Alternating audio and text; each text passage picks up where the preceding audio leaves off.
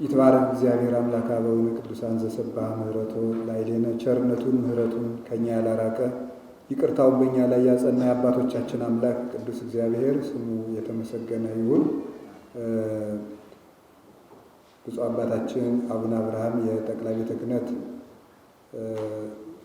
የስራ አስኪያጅና ዋና ስራ አስኪያጅና የባህር ዳርና የሰሜን ጎጃም ሀገረ ስብከት ሊቀ ጳጳስ ሲመክሩን ሲባርኩን ቆይተው ጉባኤውንም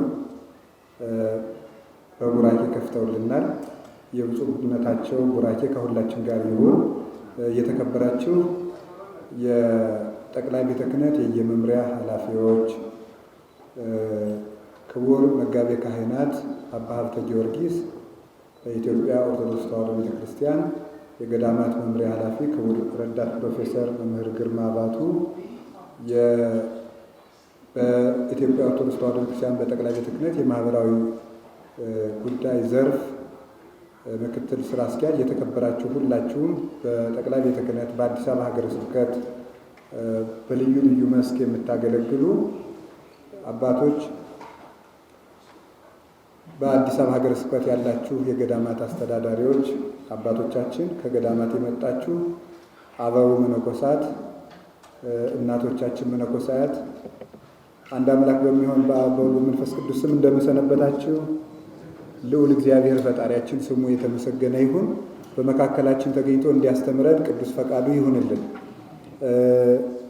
አሁን እንደተነገረን ለእኔ የተሰጠኝ ርዕሰ ጉዳይ ነገ ነው የሚቀርበው እና ዛሬ ሊያቀርቡ የነበሩት መምህር ድንገት ባለመገኘታቸው የእሳቸውን ርዕስ ነው ያስኩኝ። ባልተገባ መጠን አሳንሼ ከገለጽኩት ከዚህ አንጻር ታዩልኛላችሁ ማለት ነው። እግዚአብሔር ከሁላችን ጋር ሆኖ እንድንማማር ይርዳን። ምንኩስና ወይም የኢትዮጵያ ኦርቶዶክስ ተዋሕዶ ቤተክርስቲያን ምንኩስና ከአሃት አብያተ ክርስቲያናት አንጻር ሲታይ ወይም ከነሱ ተመክሮ አንጻር ሲታይ የሚል ርዕስ ነው እሳቸው ሊያቀርቡልን የነበረው። እሱን ርዕስ ነው የማቀርበው ማለት ነው። ከአሃት አብያተ ክርስቲያናት አንጻር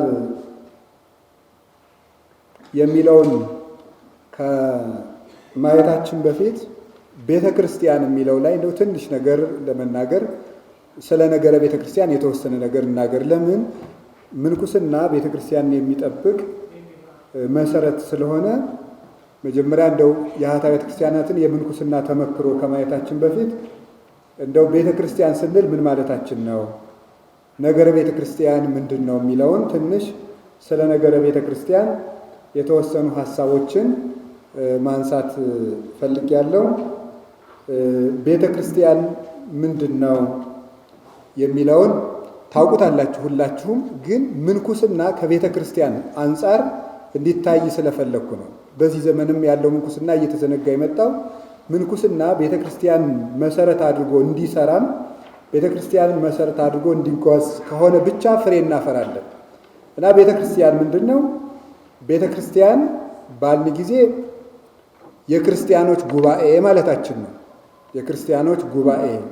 ይህንን ስንል ቀደምት ነቢያትን፣ ዳህርት ሐዋርያትን፣ ረቂቃን መላእክትን፣ ሩጫቸውን የፈጸሙ ቅዱሳንን፣ በግሁስነትና በስውርነት ያሉ አባቶቻችን እናቶቻችንን፣ ፈላሰያንን፣ በዚህ ዓለም የሚታዩትን ኃጥአንን እና ጻድቃንን አንድ አድርገን በጌታችን በመድኃኒታችን በኢየሱስ ክርስቶስ ራስነት ወይም አስተጋባይነት የተሰበሰበችውን አንዲት ቅድስት አካል ያችን ነው ቤተ ክርስቲያን የምንላት ማለት ነው። ቤተ ክርስቲያን ባልን ጊዜ ይሄ ነው። ቤተ ክርስቲያን እንዳልኳችሁ መላእክትንም ነቢያትንም የሞቱትንም ያሉትንም ሕያዋንንም ምውታኑንም ስውራኑንም ክሱታኑንም እነዚህን ሁሉ አጠቃሎ ኃጥአንንም ጻድቃንም አንድ አድርጋ በክርስቶስ ራስነት የተሰበሰበችውን አንዲት ቅድስት ሕዋስ ያችን ነው ቤተ ክርስቲያን የምንላት ማለት ነው። ቅዱስ ጳውሎስም ኤፌሶን ምዕራፍ 1 ቁጥር 23 ላይ ዘውቱ ርእሳ ለቤተ ክርስቲያን እንተ ይእቲ ሥጋሁ፣ እሱ የቤተ ክርስቲያን ገዥዋ ራሷ ነው፣ ቤተ ክርስቲያን ደግሞ አካሉ ናት ብሎ እንደነገረን ቤተ ክርስቲያን እሷ ናት ማለት ነው። ስለዚህ ምንኩስናም የቤተ ክርስቲያን መዋቅርም ከዚህ ዓላማ አንጻር ሲሰራ ፍሬያማ ሊሆን ይችላል ማለት ነው። ሁለተኛው ቤተክርስቲያን ባልን ጊዜ አንድ ክርስቲያን ራሱ ቤተክርስቲያን ይባላል። እንደሚታወቀው አንደኛ ቆሮንቶስ ምዕራፍ 3 ቁጥር 16 ላይ እናንተ የእግዚአብሔር ቤተ መቅደስ እንደሆናችሁ አታውቁምን? የተአምሩኑ ከመ አንትሙ ታቦቱ ለመንፈስ ቅዱስ፣ እናንተ የእግዚአብሔር መቅደስ እንደሆናችሁ አታውቁም ተብሎ እንደተነገረ አንድ ክርስቲያን ብቻውን ቤተክርስቲያን ይባላል። ግን ከዚህ ህብረት ተነጥሎ ግን ቤተክርስቲያን ሊባል አይችልም። በህብረቱ ውስጥ ያለ አንድ ህዋስ በመቅደስነት እሱ ቤተክርስቲያን ይባላል። የእግዚአብሔር ማደሪያ በመሆን ማለት ነው። የእግዚአብሔር ማደሪያ በመሆን ሶስተኛው ቤተክርስቲያን የምንለው የእግዚአብሔር ቤት ማለታችን ነው። ህንፃው ቤተክርስቲያን ይባላል። ህንፃው ቤተክርስቲያን ይባላል። አሁን ብዙ ጊዜ እንደምታዩት ተፈሳይኩ ሰው ቤሉን ቤተ እግዚአብሔር ናሐውር፣ ወደ እግዚአብሔር ቤት እንሂድ ባሉኝ ጊዜ ደስ ያለኝ። እስመ የኮነት ቤተ ክርስቲያን መካነ ነገር አላ መካነ ጸሎት ኢቲ፣ ቤተ ክርስቲያን የጸሎት ቤት ናት እንጂ የነገር ቤት አይደለችም። ፍትሕ መንፈሳዊ አንቀጽ 1 ላይ እንዲህ ሲል መዝሙር 121 ቁጥር 1 ላይ ወደ እግዚአብሔር ቤት እንሂድ ባሉኝ ጊዜ ደስ ያለኝ። ደቀ ፍቁር አብያቲከ እግዚኦ እግዚአብሔር የኃያላን መላእክት ፈጣሪ እግዚአብሔር አቤቱ ቤቶችህ እንደምን ያማሩ ናቸው ብሎ ሲናገር የእግዚአብሔር ማደሪያ የሆነ የአምልኮ ስፍራ ቅዱስ መቅደስ ማለታችን ነው። አሁን ብዙ ጊዜ እንደምታዩት በቤተ ክርስቲያን ውስጥ ያለን እኛ የቤተ ክርስቲያን ሕዋሳት ይሆን መነኮሳትም ሆነ ሌላው ክፍል የሚዘነጋው የቱን ነው?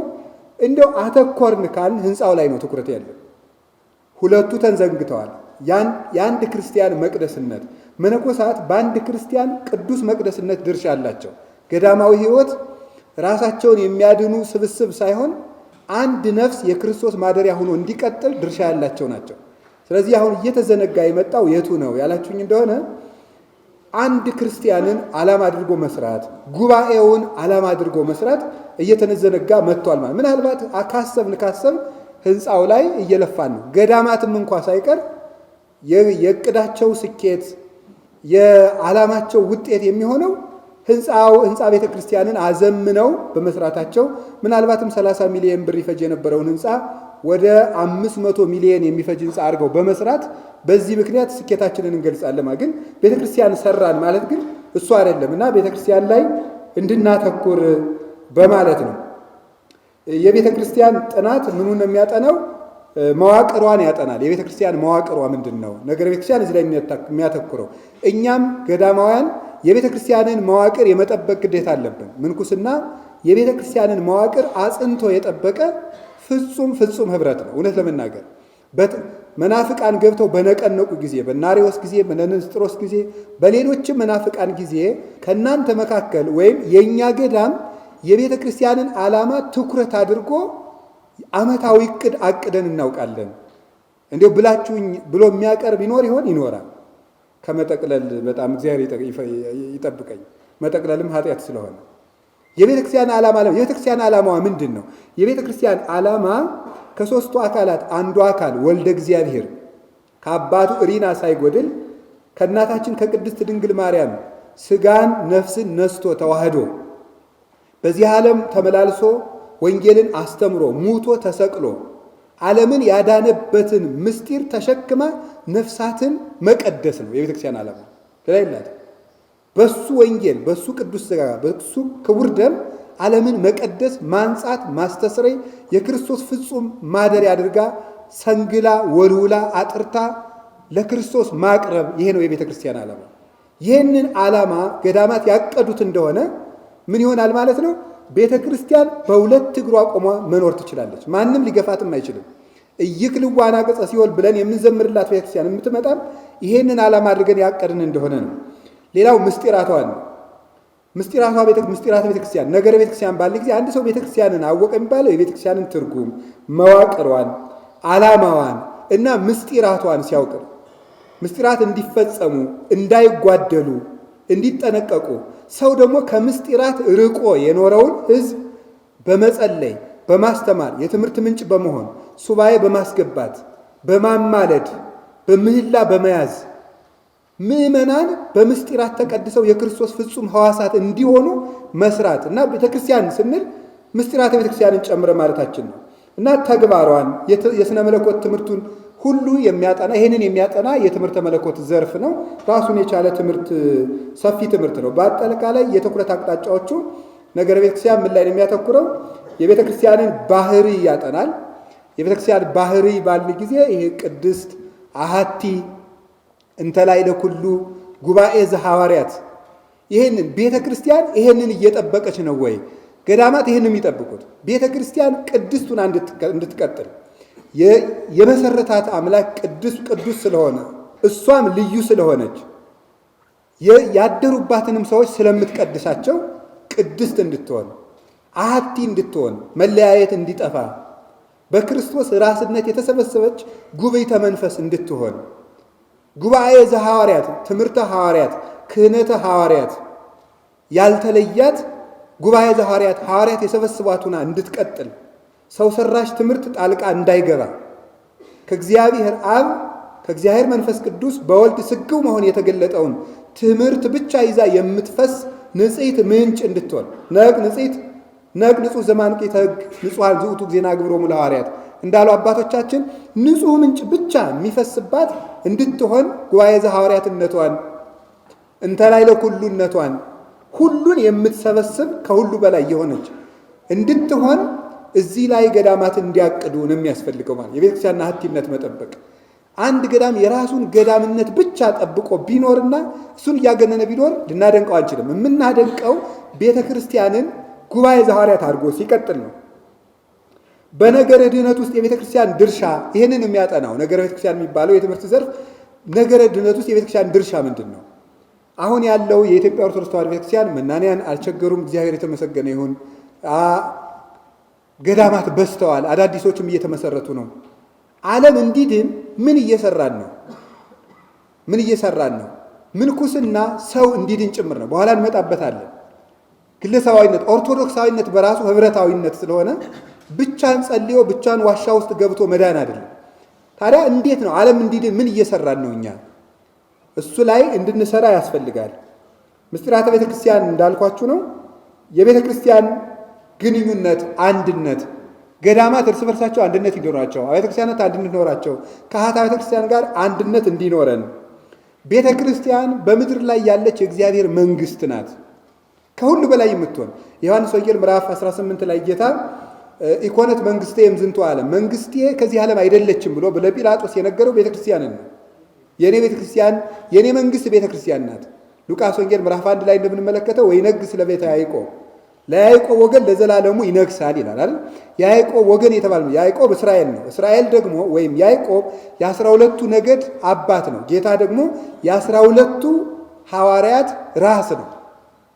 ያዕቆብ በ12ቱ ነገድ 600,000 ህዝብ አፍርቷል ከግብፅ። ከዚያ በኋላ እልፍ እስራኤል የሚባሉት እነሱ ናቸው። ጌታ ደግሞ በ12ቱ ደቀ መዛሙርት በኩል የማይቆጠሩ ምእመናንን አንድ አድርጓል። ስለዚህ ያቺ ናት የእግዚአብሔር መንግስት፣ መንግስተ ሰማያት የምትባለው የቤተ ክርስቲያን ንጉሥ ስለሆነ ይህንን ስናጠቃልል ቤተ ክርስቲያን ገዳማት ዓላማቸውን አሳኩ ማለት ነው። ከዛው ቤተ ክርስቲያን ነገረሰብ፣ ይሄም ደግሞ ኦርቶዶክስ አንትሮፖሎጂ የሚባለው ነው። ኦርቶዶክሳዊ ነገረሰብን የምታስጠብቅ ናት ገዳማት። ይህ ነገረ ቤተ ክርስቲያን የሚባለው ይህንን ሁሉ የሚያጠና ሰው ምንድን ነው? እንደምታዩት አሁን ሰው ከዝንጀሮ መጣ ብለው የሚያምኑ ሰዎች አሉ። ሰው ከዝንጀሮ መጣ ብሎ የሚያምን ሰውን መግደል ለሱ ምኑ ነው ማለት ነው? ቀላሉ ነው ማለት ነው። ለምን? ዝንጀሮ የመግደል ያህል ነው፣ እንስሳ ስለሆነ። ስለዚህ የሰው ክብር እንዲጠበቅ፣ የሰው ሰላም እንዲጠበቅ፣ የሰው ድህነቱ እንዲረጋገጥ ገዳማት የሰሩ እንደሆነ ያን ጊዜ የቤተ ክርስቲያን ዓላማ አሳካን እንባላለን ማለት ነው።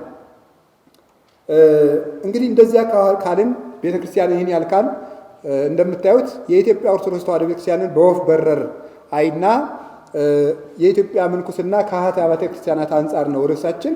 ወደ እሱ እንሄዳለንና እንዳልኳችሁ የምድር ጌጥ የኢትዮጵያ ኦርቶዶክስ ተዋሕዶ ቤተክርስቲያን የሚል ርዕስ ወስጃለሁ። ለእኛ ቤተክርስቲያን የምድር ጌጥ ያልኩት ትንቢተ ሕዝቅኤል ምዕራፍ 18 ላይ እስራኤልን የምድር ጌጥ ብሏታል እግዚአብሔር። የምድር ጌጥ ያለበት ምክንያት ለምንድን ነው ብላችሁ ስታስቡ ምዕራፍ 20 ላይ ነው። ይቅር በሉኝ። የምድር ጌጥ ያለበት ዋናው ምክንያት እንግዲህ ጌጥ አንድ ጣት ላይ ነው የሚቀመጠው። ለምሳሌ ቀለበትን ብትወስዱ የባለትዳሮች ቀለበት አንድ ጣት ላይ ይቀመጣል። ጌጥነቱ ግን ለልብም፣ ለኩላሊትም፣ ለጭንቅላትም፣ ለእግርም፣ ለእጅም፣ ለመላው ህዋሳት ሁሉንም ህዋሳት አስሮ የሚይዝ ነው። ቀለበት ግን የሚቀመጠው አንድ ቦታ ነው። እስራኤልም አንድ ቦታ ሆና አምልኮተ እግዚአብሔር ስለተፈጸመባት የምድር ጌጥ የሆነች ምድር አወርሳቸዋለሁ ብሏታል። እና የኢትዮጵያ ኦርቶዶክስ ተዋሕዶ ቤተክርስቲያንም በዚች ምድር ተቀምጣ በአፍሪካ ቀንድ ተቀምጣ ለመላው አፍሪካውያን ምልክት የሆነች ሌላው ቀርቶ ለእስራኤላውያን እንኳ ምልክት ተደርጋ በቅዱስ መጽሐፍ የተጠቀሰች ለአኃት ቤተክርስቲያናትም ምሳሌ የምትሆን አሕዛብ የሚቅኑባት እንደምታውቁት አፍሪካውያን ዛሬ ለእኛ እኮ ምልክቶቻችን አፍሪካውያን ኢትዮጵያውያን ናችሁ፣ ለምን አታጠምቁንም? ለምን አትደርሱልንም? የእኛ ደም በእናንተ እጅ አለ ብለው እስኪቀኑ ድረስ የሚቀኑባት የምድር ጌጥ የሆነች የኢትዮጵያ ኦርቶዶክስ ተዋሕዶ ቤተክርስቲያን ናት። እንዲሁ ኢትዮጵያ ማለት ምን ማለት ነው የሚለውን ትንሽ ቃኘት ለማድረግ ፈለግ። ኢትዮጵያ ማለት ሶስት ትርጉሞች ተተርጉመውለታል። ብዙ ትርጉም ነው ያለው። አንደኛው የኩሽ ምድር ኩሽ ኢትዮጵያ ተብሎ ስለሚጠራ በኩሽ ኢትዮጵያ ትባላለች። የዚህ ደግሞ ትርጉሙ ምንድነው? የቀስት ምድር ማለት ነው ብለው ተርጉመውታል አባቶቻችን። ሌሎቹም በመዝገበ ቃላዊ ፍቻቸው የታሪክ ጸሐፊዎችም ኢትዮጵያ ማለት የቀስት ምድር ማለት ነው። የታሪክ ጸሐፊው ሄሮዳተስም እንደተናገረው ኢትዮጵያውያን ከዘንባባ የተሰራ ቀስት የሚይዙ ድል ነሾችና ኃያላን ውቦችና ረጃጅሞች መልከ መልካሞች ናቸው ብሎ ገልጾልን ነበርና ኢትዮጵያ ማለት የቀስት ምድር ማለት ነው ማለት ነው። ይሄን የተባለበት ምክንያት ለምንድን ነው ስትሉ ሁለት መሰረታዊ ነገሮችን ያስረዳል። የቀስት ምድር አንደኛ ኢትዮጵያውያን ኃይላቸው እግዚአብሔር መሆኑን ያስረዳናል። ሁለተኛ ኢትዮጵያውያን ኃያላንና ድል ነሾች መሆናቸውን፣ ሶስተኛ ምን ሊጨምርን ይችላል? የቃል ኪዳን ምድር መሆናቸውና ቃላቸውን የሚጠብቁ ሕዝቦች መሆናቸውን የሚያስረዳ ነው ማለት ነው። ሌላው ኢትዮጵያ ምን ማለት ነው? ኢትዮጵያ ማለት ብሩህ ፊት ያላቸው ሰዎች ምድር ነው። ብዙ ጊዜ ግሪኩ የተቃጠለ ፊት ማለት ነው ብለው የሚተረጉሙ ሰዎች ያሉ፣ ግን በፍጹም አይደለም።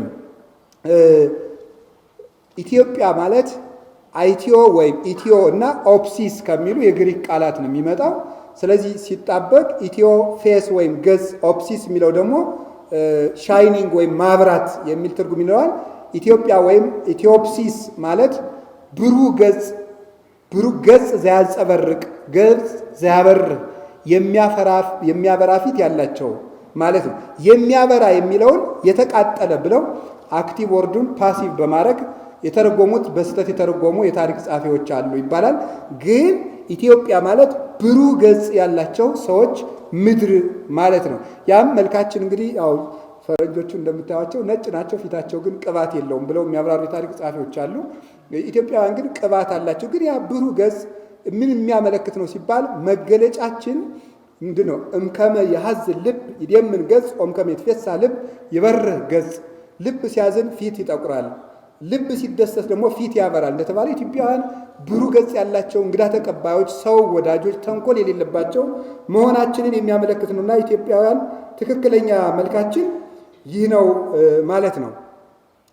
ከዚያ ኢትዮጵያ እንደምታዩት ዘሰናይ ገጹ ፊቱ ያማረ።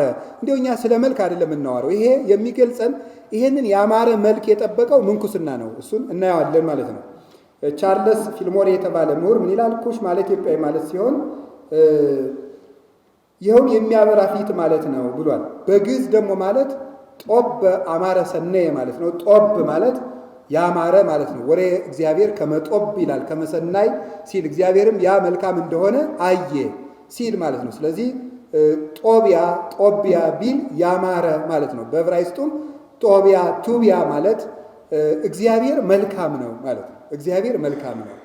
ስለዚህ ኢትዮጵያውያን ማለት ጦቢያ ብንላት ወይም ቱቢያ ብለን ብንጠራት ምን ማለታችን ይሆናል?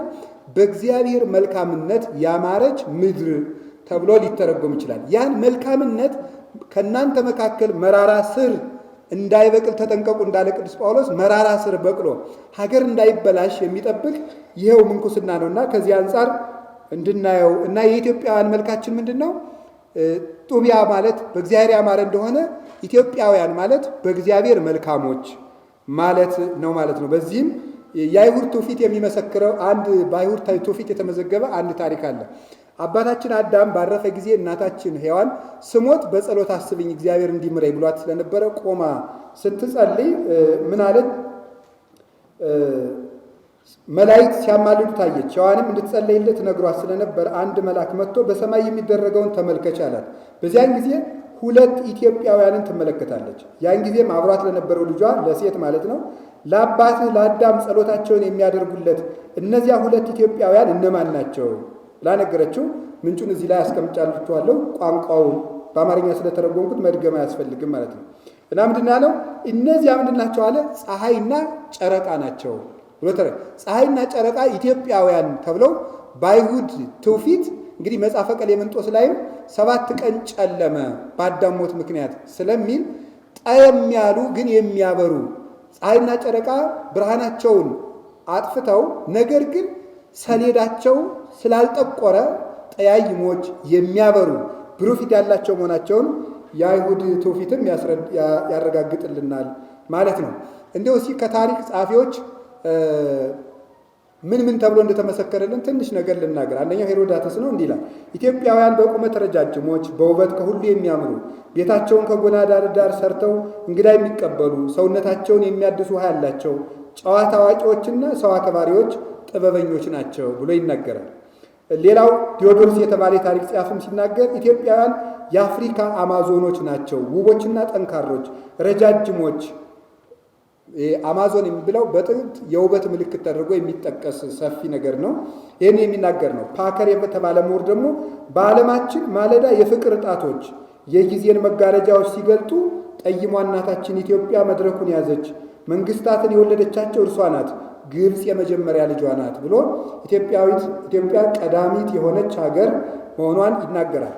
ዊሊያም ሊዮ ሃንስቤሪ የተባለ ሰው ደግሞ የሰው ዘር ዋናዋ ኤዶም ገነት ኢትዮጵያ ናት ይላል።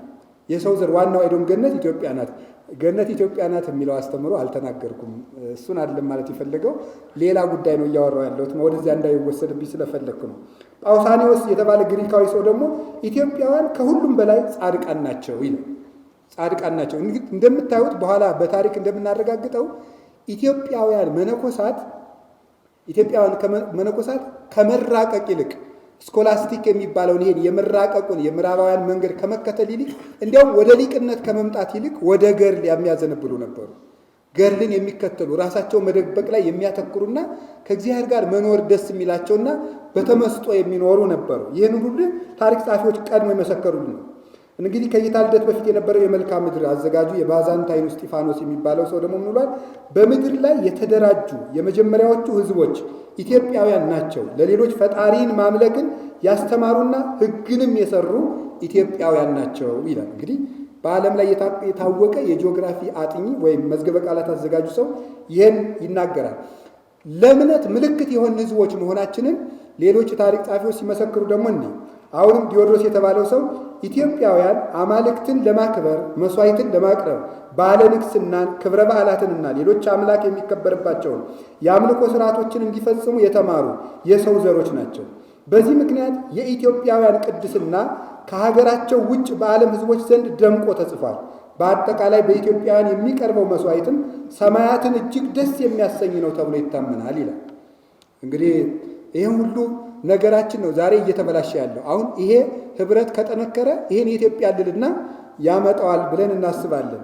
ይሄው ዲዮድሮስ ሲናገር ከግሪካውያን ፈላስፎች መካከል ሆሜር የሚባለውን ሰው ወይም ባለቅኔውን ይጠቅሳል። እና ይሄ ሆሜር የሚባለው የታወቀው ባለቅኔ ከግሪክ አማልክት መካከል አንዱ በኢትዮጵያውያን የአማልክት በዓል ፍቅር ተነድፎ በዓል ለማክበር ኢትዮጵያ ሂዶ ነበር ብሎ ጽፎ ነበረ። እና በጣም የሚያስገርመው ግብፃውያን አማልክቶቻቸውን ከኛ የአማልክት በዓል ይልቅ የኢትዮጵያውያን በፈጣሪ ዘንድ ተቀባይነት ያለው ነው ብለው የዓመቱን ጸሎታቸውን ለማሳረግ ጣዖቶቻቸውን ተሸክመው ወደ ግብፅ ወደ ኢትዮጵያ እንኳን ይመጡ ነበረ። ታዲያ ግን ነገስታቱ አላስገባቸው ሲሉ ድንበር ላይ አድርሰነው ከመለስንም ያው አክብረናል ብለው እስከ መመለስ ድረስ ይደርሱ ነበር። ኢትዮጵያውያን አምልኮታችን የተመሰከረልን ነን ማለት ነው።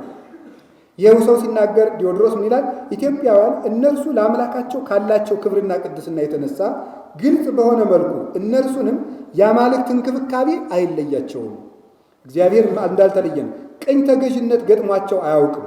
አንዳቸው ከሌላው ጋር በነፃነት ይኖራሉ። ምንም እንኳን ብዙ ኃያላን ገዢዎች በእነርሱ ላይ ጦርነት ቢከፍቱም ኢትዮጵያውያንን ለማሸነፍ ከነዚህ ውስጥ አንዱም እንኳን አቅም አልነበረውምና አልተሳካለትም። የዚህች ኢትዮጵያ ልዕልናዋ ምን ይመስላችኋል? ከነፃነት ታሪካችን ላብነት አንደኛው የንጉሥ ቂሮስ ልጅ ካምቢሰስ የተባለው ሰው ኢትዮጵያውያንን ለመውረድ ጌታችን ከመድኃኒታችን ከኢየሱስ ክርስቶስ ልደት በፊት የነበረ ነው። እንግዲህ አንድ 400 ወይም 390 ዓመታትን ቀድሞ የነበረ ሰው ነው እና ይህ ሰው ቅድመ ለክርስቶስ የነበረ ሲሆን ምን አለ? ግብፅን፣ ባቢሎንን፣ አሶርን፣ ጢሮስን፣ ሲዶናን የአረብ ግዛቶችን ሁሉ ወሯል። ኢትዮጵያን ለመውረር ሰላዮቹን ልኮ ነበረ እና ጊዜ የኢትዮጵያው ንጉሥ ምን አላቸው ለሰላዮቹ? እናንተ ውሸታሞች ናችሁ፣ ንጉሳችሁም ክፉ ሰው ነው። እውነት ለሆነው ነገር ትንሽ እንኳን ግድ ቢኖረው ኑሮ ከራሱ ግዛት ውጪ የሌላን ግዛት ባልተመኘ ነበር። እኛ ኢትዮጵያውያን ከራሳችን አገር ወጥተን በሌሎች አገር ላይ የመስፋፋት ምኞት በሐሳባችን ውስጥ ስለሌለ ፋርሶች እግዚአብሔርን ያመስግኑ ብሎ ሳይገላቸው በነፃ ሰዷቸዋል። ኢትዮጵያውያን የሰው ግዛት የማይወሩ ሰላም የሚወዱና ጠላቶቻቸውን አብልተው አጠጥተው ኤልሳ ለንጉሱ ኢዮራም እንዳደረገው ጠላታቸውን ተንከባክበው የሚመልሱ ነበሩ አባቶቻችን። በታላቁ እስክንድር ጊዜ ኒውካውላ የተባለች ንግሥት ነው የነበረችው ኢትዮጵያ ውስጥ። ታላቁ እስክንድር 127 ሀገሮችን እየወረረ ግዛቱን ሲያስፋፋ የኢትዮጵያዊቱ ንግሥት ከጥበቧ የተነሳ አስቀድማ እስክንድር ምን እንደሚመስል ስዕሉን ስላችሁ ፎቶውን አምጡልኝ ብላ ፎቶውን አስላ አምጥታ ቤተ መንግሥት ውስጥ አስቀምጣ ስለነበረ እሱ ተራ ነጋዴ መስሎ አልባሌ ልብስ ለብሶ ሲመጣ እሷ በሰላዮቿ አስይዛ አምጥታ ከቤተ መንግስቷ ምሕረት ሰጥታ አርማ መልሰዋለች። ኢትዮጵያውያን ጥበባችን ይህ ሁሉ የተመላ ነው ማለት ነው። ምሕረትንም ያለን ጀግንነትም ያለን ህዝቦች ነን። ይሄ ከሃይማኖታችንና ከእግዚአብሔር ጥበቃ የመጣ ነው። የመካከለኛው ዘመን የአውሮፓ ታሪክ ጸሐፊ ምን ብሎ ይናገራል? የግብፁ ሱልጣን የኢትዮጵያውን ንጉሥ ይፈራዋል፣ ምክንያቱም የኢትዮጵያው ንጉሥ በዓለም ላይ እጅግ ገናና ነው፣ ንጉሥ በመሆኑ ነው ይላል። ይሄ የሚታወቅ ዘንድ አጼ አምደ ጽዮን፣ አጼ ሰይፈ አርድ፣ አጼ ሰርጸ ድንግል፣ እነዚህ ሁሉ አባቶቻችን፣ አጼ ዳዊት፣ እነ ንጉሥ ነአኩቶ ለአብ፣ እነዚህ ሁሉ የግብፁ ሱልጣን የግብፁ ኦርቶዶክስ ተዋሕዶ ቤተክርስቲያን ፓትርያርኩን እያሰሩ እያሰቃዩ መከራ ባጸኑባቸው ጊዜ አባይን በመገደብ በማስፈራት እዚያው ድረስ ጦር ሰብቀው በመሄድና ነፃነትን በማስከበር የታወቁ ነፃ አባቶቻችን ካልነኳቸው የማይነኩ ነበሩ። የኢትዮጵያውያን ነገሥታት ኮፕቶችን በመልካም ሁኔታ በርኅራኄ እንዲይዟቸው ለማድረግ በልዩ ልዩ ጊዜያት ሱልጣኖች ላይ ጫና በማሳደር በመሳሰሉት ሁሉ የተለያዩ ነገሮችን ያደርጉ ነበር ብለው አባ ታድሮስ ማላቲ የግብፁ የታሪክ ጸሐፊ እና ተርጓሚ እሳቸውም ይሄንኑ መስክረዋል። ኢትዮጵያውያን ለግብፅ ቤተክርስቲያን እንክብካቤ የሚያደርጉ ቸር ነገሥታት እንደነበሩ፣ እነዚህ ቸር ነገሥታት በመነኮሳት የሚመሩና የሚመከሩ ነበሩ። ያ የሀገሪቱ ጽናት ለዓለም ጭምር ሰላም የምንሰጥበት ጉልበት የነበረን እስከ ናግራን ድረስ የዘመትንበት የአፄ ካሌብ ዘመን የመጣው ከመንኩስናው ጸሎትና ብርታት የተነሳ ነው። አፄ ካሌብ ናግራን ሂደው ለየመን ሕዝቦች ሰላም አሰጥተው ሲመለሱ በአቡነ ጰንጠሌዎን ጸሎት አስፈቅደው ጸሎት አጸልየው ሄደው ነበር ድል ነስተው እንዲመለሱ ያደርጉና እረፍት የሰጡ። እንግዲህ ይህንን ሁሉ ያደረገች ቤተ ክርስቲያን አባቶቻችን ብለው ጽፈውን አውሮፓ የምትወክልና የምታሳይ ናት። በዘመኗ የነበሩት ሀገሮችና ሕዝቦችና የነሱ ዘሮች የሆኑት ከፖለቲካ ከጠፉ በኋላ የኢትዮጵያ ሕልውናዋ ሳይቋረጥ የመቀጠሉ ነገር የሚያስደንቅ ነው። በእርግጥ እንደዚያ ሊሆንም ይገባዋል ብሎ ናምዲ የተባለ የታሪክ ጸሐፊ ይህንን ይናገራል። ኔልሰን ማንዴላም የተናገረውን እዩት። ምን ብሎ የሚባለው አሁን ከቅኝ ግዛት ነፃ ሲወጡ ለምን በዚህ ቅኝ ግዛት ኢትዮጵያ እንዳትወረድ ሀገርን በመጠበቅ ትልቁን ስራ የወሰደችው ቤተክርስቲያን ናት። ቤተክርስቲያኒቱ ማለት ደግሞ መነኮሳት ቀጥ ብለው የሚጠብቋት ናት። እነሱ ናቸው ብርታት የነበሩት።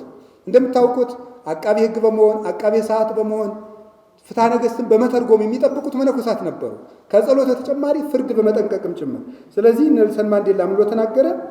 ኢትዮጵያ በአእምሮዬ ውስጥ ልዩ የሆነ ቦታ አላት። ኢትዮጵያን የመጎብኘት ምኞቴም ፈረንሳይን፣ እንግሊዝንና አሜሪካን ለማየት ያለኝ ሁሉ በአንድ ላይ ቢደመር ካጠገቡ አይደርስም። ኢትዮጵያን ስጎበኝ የራሴን መሰረት የምጎበኝ ሆኖ ይሰማኛል።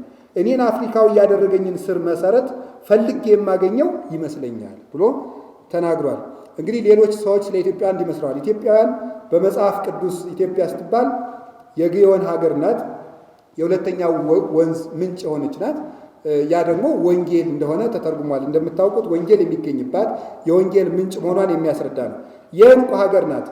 ኢትዮጵያውያን ቶጳዚዮን ወይም ዝባድ ተንከራ ዘኢትዮጵያ የሚለው በግዕዙ መጽሐፈ ኢዮብ የኢትዮጵያ ቶጳዚዮን አይተካከላትም፣ በጥሩ ወርቅም አትገመትም ብሎ ጥበብን አመስግኖታል። ስለዚህ ኢትዮጵያ የዕንቁ ሀገር ናት ተብሎ መጽሐፍ ቅዱስ ላይ እግዚአብሔር ስለ መጽሐፍ ቅዱስ ቁም ነገር ስለ ወርቅ ቁም ነገር ብሎ እግዚአብሔር በመጽሐፍ ቅዱስ አያጽፍም። ታውቃላችሁ መጽሐፈ ማቴዎስ ላይ ወንጌል ማቴዎስ ምዕራፍ 7 ላይ ትደዩ ባሕሬክሙ ቅድመ ኃይሩ ተብሏል። ዕንቋችሁን በእሪያ ፍት አትጣሉ። ያ ዕንቁ ማን ነው? ጌታችን መድኃኒታችን ኢየሱስ ክርስቶስ እና የዕንቁ ሀገር ናት ተብሎ መጠቀሱ የክርስቶስ ሀገር እንደምትሆን አምልኮት እግዚአብሔር የማይዘነጋባት እንደሆነች የሚያስረዳ ነው። ሌላው በእግዚአብሔር ፍቅር የተማረከች ናት። መኳንንት ከግብፅ ይመጣሉ፣ ኢትዮጵያ እጆቿን ወደ እግዚአብሔር ትዘረጋለች። ኢትዮጵያ ወዳ የተማረከች ሀገር ናት። ተጨንቃ ተገዳ በሌጊዮን ተነጽታ ሳይሆን ወዳ የተማረከች ሀገር ቀድሞ መና ያወረደላቸውን ካልጭንጫ ውሃ ያፈለቀላቸውን ባሕር የከፈለላቸውን በደመና የጋረዳቸውን አምላካቸው ምልክት አድርጎ የሰጣቸውን ታቦት እስራኤል ሲክዱ ይህን ሁሉ ምልክት ሳታይ ታቦቷን ተቀብላ ክብራ የኖረች ሀገራችን ኢትዮጵያ ናት። ስለዚህ ወዳ የተማረከች ሀገር ነው። በሐዲስ ኪዳን በገዛ ልጇ ወንጌልን የተማረች በገዛ ልጇ የተጠመቀች የቅዱስ ባኮስ የጃንደረባው ሀገር ናት።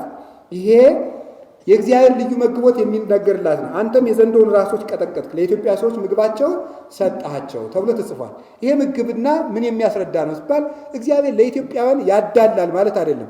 እግዚአብሔር ለኢትዮጵያውያን እንዲሰራ የሚያደርግ ኢትዮጵያውያን በጎ ምግባር ያላቸው ሆኖ ይገኛሉ ማለት እግዚአብሔር እንዲጠብቀን የሚያደርግ ስራ ይዘን እስከተገኘን ድረስ እግዚአብሔር ይጠብቀናል እና እግዚአብሔር ለኢትዮጵያ ሰዎች ምግባቸውን ሰጣቸው ማለት ኢትዮጵያውያን እግዚአብሔር እንዲመግባቸው ሆነው የሚገኙ ናቸው ማለት ነው። አሁን በዚህ ዘመን የኢትዮጵያ ትንሣኤ ከእንዲህ ያለ ገዳም ተመክሯል፣ ከእንዲህ ያለ ገዳም ተጽፏል ይባላል። ምን ለማድረግ ኢትዮጵያውያን እስከተዘጋጀን ድረስ ነው ጥበቃውን የሚሰጠን። የእመቤታችን ፍቅር የበዛላቸው ናቸው ኢትዮጵያውያን።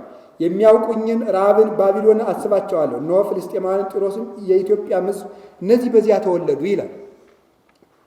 እምነ ጽዮን ይብልሰው ወብዚ ተወልደ በውስቴታ ብሎ በተናገረው መጽሐፍ ውስጥ የኢትዮጵያ ሕዝብ በዚያ ተወለዱ። ከእመቤታችን ከቅድስት ድንግል ማርያም ከፍቅሯ ተወልደን ልጆቿ እንደምንሆን በዚህ የተነገረልን ነን። በቃል ኪዳን የመጽናት ያለመለወጥ ምልክቶች ነን ኢትዮጵያውያን።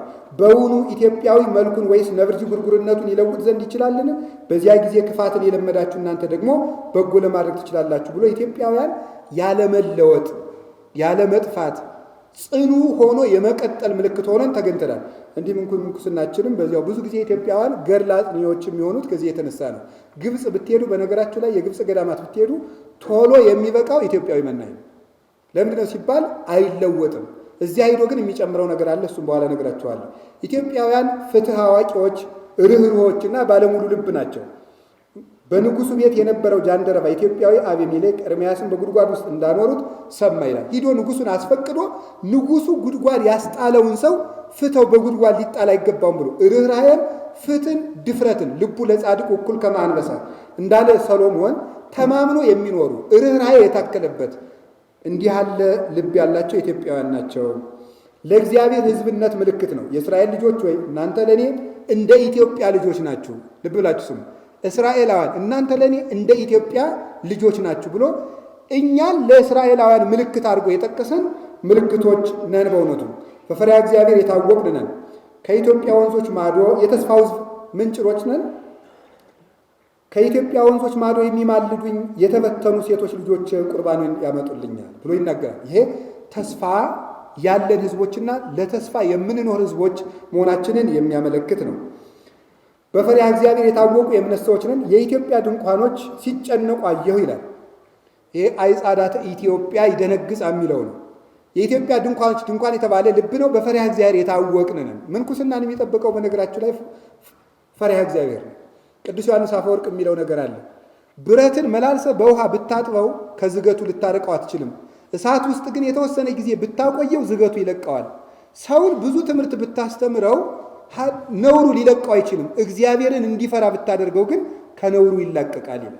ስለዚህ እግዚአብሔርን መፍራት ያለብን ህዝቦች እንደሆን ያስረዳል። ሰሎሞንም መጽሐፈ ተግሣጽ ምዕራፍ 3 ቁጥር 1 ላይ ብፁዕ ዘይደነግጽ በእንተ ጽድቅ ይላል። ስለ ጽድቅ የሚደነግጥ ሰው ንዑድ ክቡር ነው። እዚያ ውጭ ግን ኢትዮጵያውያን እንደው አንዳንድ ጊዜ እዚህ በምንኩስና ሁሉ ብቅ እያለ የሚረብሸን ይሄ ነው። እንደምታዩት በጉልበት መምታት እንደው መነኩሴ ጀግና ሲሆን አያምርበትም። በነገራችሁ ላይ እንግዲህ በእውነት መነኩሴ ጀግንነት ሲኖረው አያምርበትም እና ዱለኝነት፣ ይሄ ማመፅ፣ በቃ ጀግንነት፣ እኛም መነኩሴ እናንተ መነኩሴ ብሎ ስርዓቱን መበጥበጥ፣ ይሄ እንደው ይሄንን ባኖር ሰው ጥሩ ነው። እናንተ ኢትዮጵያውያን ደግሞ በሰይፌ ትገደላላችሁ። ይሄ ድክመታችን ነው በእውነቱ ማለት ነው። እውነትንና ጥበብንም ደግሞ ፈላጊዎች ነው። የሳባ ንግሥት ሄዳ እስከ ሰሎሞን ጥበብን እንዴት ማርካ እንደመጣች አንደኛ ነገሥት ምዕራፍ 10 ቁጥር 1 ላይ የሰሎሞን ጥበብ እንድታይ እንደሄደች ይቺ ንግሥት ማክዳ እግዚአብሔርን የምትፈልግ ነፍስ ውክልና ሆና ነው የቀረበችው። በአምልኮተ እግዚአብሔር የጸኑና በላያነ መጻሕፍት ናቸው። መጻሕፍትን የምናውቅ ነን። መጻሕፍትን የምናውቅና የምንወድ ነን። ከዚህ የተነሳ ጃንደረባው ባኮስ መጽሐፍ ሲመለከት ተገኝቷል። የሐዋርያት ሥራ ምዕራፍ 8 ላይ እንደምንመለከተው ማለት ነው። ኢትዮጵያ በብሉይ ኪዳን እንደምታውቁት ንግሥት ሳባ ሄዳ ከሰሎሞን አንደኛ ነገሥት ምዕራፍ 10 ላይ አምልኮተ እግዚአብሔርን መስክራ መምጣቷ፣ ቀዳማዊ ሚኒልክ ታቦተ ጽዮንን ይዞ መምጣቱ፣ አርባይቱ መናብርተ ጽዮን የሚባሉት መርጡ ለማርያም፣ ጣና ቂርቆስ፣ ተድባበ ማርያም፣ አክሱም ጽዮን፣ እነዚህ በብሉይ ኪዳን አምልኮታችንን ይዘን የቆየንባቸው መሰረቶቻችን ናቸው። ለዚህ ምልክት የሚሆኑን ታቦታት፣ መስዋዕት፣ ግዝረት፣ በዓላት፣ አልባሳት፣ የጃንደረባው ምስክርነት፣ በዓል ለማክበር ሂዶ መገኘቱ ማለት ነው። ልብሰ ተክህኗችን፣ አሰራሩ፣ የሚበላና የማይበላ ሰማን በላም ይህን እንበላለን ማለታችን፣ ምሷ መሰዊያ መኖራችን፣ አሰራሩ፣ እነዚህ ሁሉ በብሉይ ኪዳን ሃይማኖት ይዘን ለመኖራችን ምስክሮች ናቸው። ሐዲስ ኪዳን ላይ እመቤታችን ቅድስት ድንግል ማርያም መታ ያረፈችበት የግብጾች የቅዱሱ ቤተሰብ መጨረሻ የጉዞ መጨረሻ የሚሉት የሚያበቃው ደቡብ ግብጽ ነው እና እንዲሁ አንድ ሂጄ እኔም ሳይ በጣም የገረመኝ ነገር እንኳን ደቡብ ላይ ያበቃ ብያለሁ። ምክንያቱም ኢትዮጵያ የት ነው ያለችው? ደቡብ ግብጽ ነው እና እዛች ሲደርሱ አበቃች እመቤታችን እዚህ ላይ ብለዋልና እንደ ወደኛ ሄደች ቢሉ ምን አለ ብዬ ነበርና እመቤታችን እዚህ መታ ያረፈችባት በትውፊት እንደተነገረን በጰራቅሊጦስ በዓል ኢትዮጵያውያንም ተገኝተን እንደነበረ የታወቁ የቤተ ክርስቲያን የታሪክ ጸሐፊዎች ተናግረዋል። በጰራቅሊጦስ በዓል ጊዜ ኢትዮጵያውያን ተገኝተን እንደነበረ ገና ሐዋርያት ሳይሰማሩ ማለት ነው። ጃንደረባው ትንቢተ ኢሳይያስን ሲያነብ መገኘቱ፣ በኒቅያ ጉባኤ መንበር የተሰጣት አቡነ ሰላማ ከሳቴ ብርሃን በኒቅያ ጉባኤ የተነገረውን ሃይማኖታዊ ምስጢር በመጠበቅና ለአርዮሳዊ እጅ ባለመስጠትና ለአርዮሳዊ ቁንስጣ በኋላ ከቁስጥንጢኖስ በኋላ በተነሳው በልጁ በሱ አማካኝነት የተሾመውን አርዮሳዊ ጊዮርጊስን በመቃወምና የአትናቴዎስን መንበር በመጠበቅ የተጠበቅ የቅዱስ አትናቴዎስን ስደትና የኢትዮጵያ ቤተክርስቲያን የጠበቅ ተሳቱ ቅዱሳንን ከየትም መጥተው የተቀበልናቸው አጼ ካሌብ ለሌላ ሀገር ሂደው ጥብቅና የቆሙ ቅዱስ ያሬድ ዜማ ያወረደልን ከሰማይ መላእክት የመንግስተ ሰማያትን አረቦን አምጥቶ ያቀመሰን ቅዱስ ያሬድ ዜማ ያወረደልን ልዩ ቤተ ክርስቲያን ናት ማለት ነው። በኢትዮጵያ ምንኩስና የተስፋፋው በአራተኛ ክፍለ ዘመን ነው ብለው ጽፈዋል። ግን መሰረታዊ ነገር ከተሳቱ ቅዱሳን መምጣት በኋላ የሚለው ብዙ ጸሐፊዎች የጻፉበት ነው። ስለዚህ ተሳቱ ቅዱሳን ተመላልሰው እንግዲህ በዚያ ጊዜ ጥቂቶቹ ስለጀመሩት ይሆናል እንዲህ ተብሎ የተጻፈው ተመላልሰው ዙሪያዋን ኢትዮጵያ የምንኩስና አበባ እንዲያብብባትና እንዲያፈራባት አድርገዋል። ምንኩስናን እንዲያው ፍቹን ነገ ነበር ላየው ያሰብኩኝ በዛኛው ርዕሰ ጉዳይ። ስለዚህ በዚያው ይሁን። አሁን የአብያተ ክርስቲያናትን ተሞክሮ ለማየት እየፈጠን እንሂድ። ምንኩስና ምንድን ነው የሚለውን በነገው ክፍለ ጊዜ የምናየው ይሆናል። ኢትዮጵያውያን አበው እንደውም ሰንሰለታችን ስናይ አቡነ አረጋዊ አባ ዮሐኒ ይቀጥላሉ። ማለት የምንኩስና ዘርን ለመቁጠር ያክል ቅዱስ እንጦንስ መነኩሴ ዘር ሲቆጥር እንዲህ ብሎ ሲቆጥር ነው የሚያምርበት። ሌላ ሲቆጥር አያምርበትም። መነኩሴ እንደው እግር ነው እንጂ አገር የለውም። እና ምንድን ነው መነኩሴ ሲቆጥር የሚቆጥረው?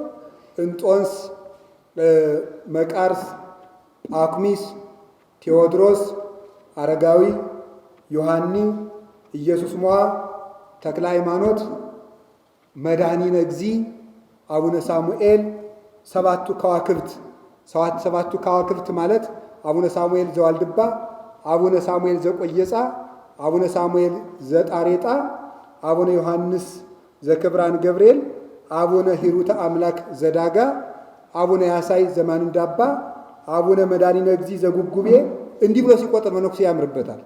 ሌላ ዘር ሲቆጥር ግን አያምርበትም። በዚህ ዘር እንመጣለን። ስለዚህ አቡነ አረጋዊ አባ ዮሐኒ አስኬማን ቆብን ሰጥተዋል።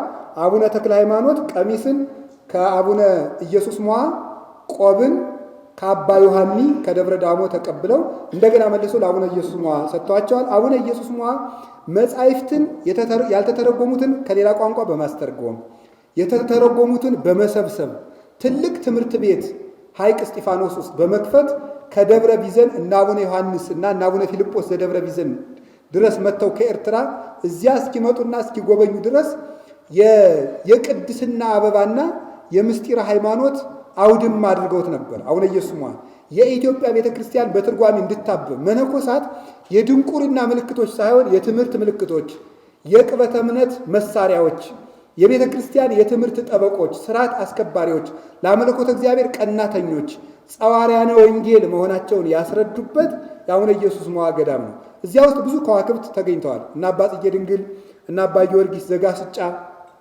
ድርሰትን በመድረስ ሃይማኖትን በማቅናት በመከራከር እነዚህ እናመጣቸዋል። እና አቡነ መድኃኒነ እግዚእ ደግሞ 7ቱን ከዋክብት ይወልዳሉ።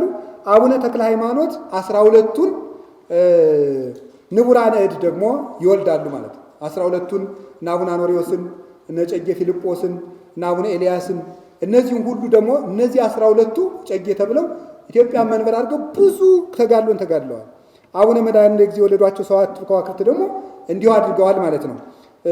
አቡነ ሳሙኤል ዘዋልድባ ምድርን ከፍ አድርገው እንደ መሶብ እስከ ማስማረክ የደረሱ አባት ናቸው። እና እነዚህ ያበረከቱት አስተዋጽኦ ምንድን ነው?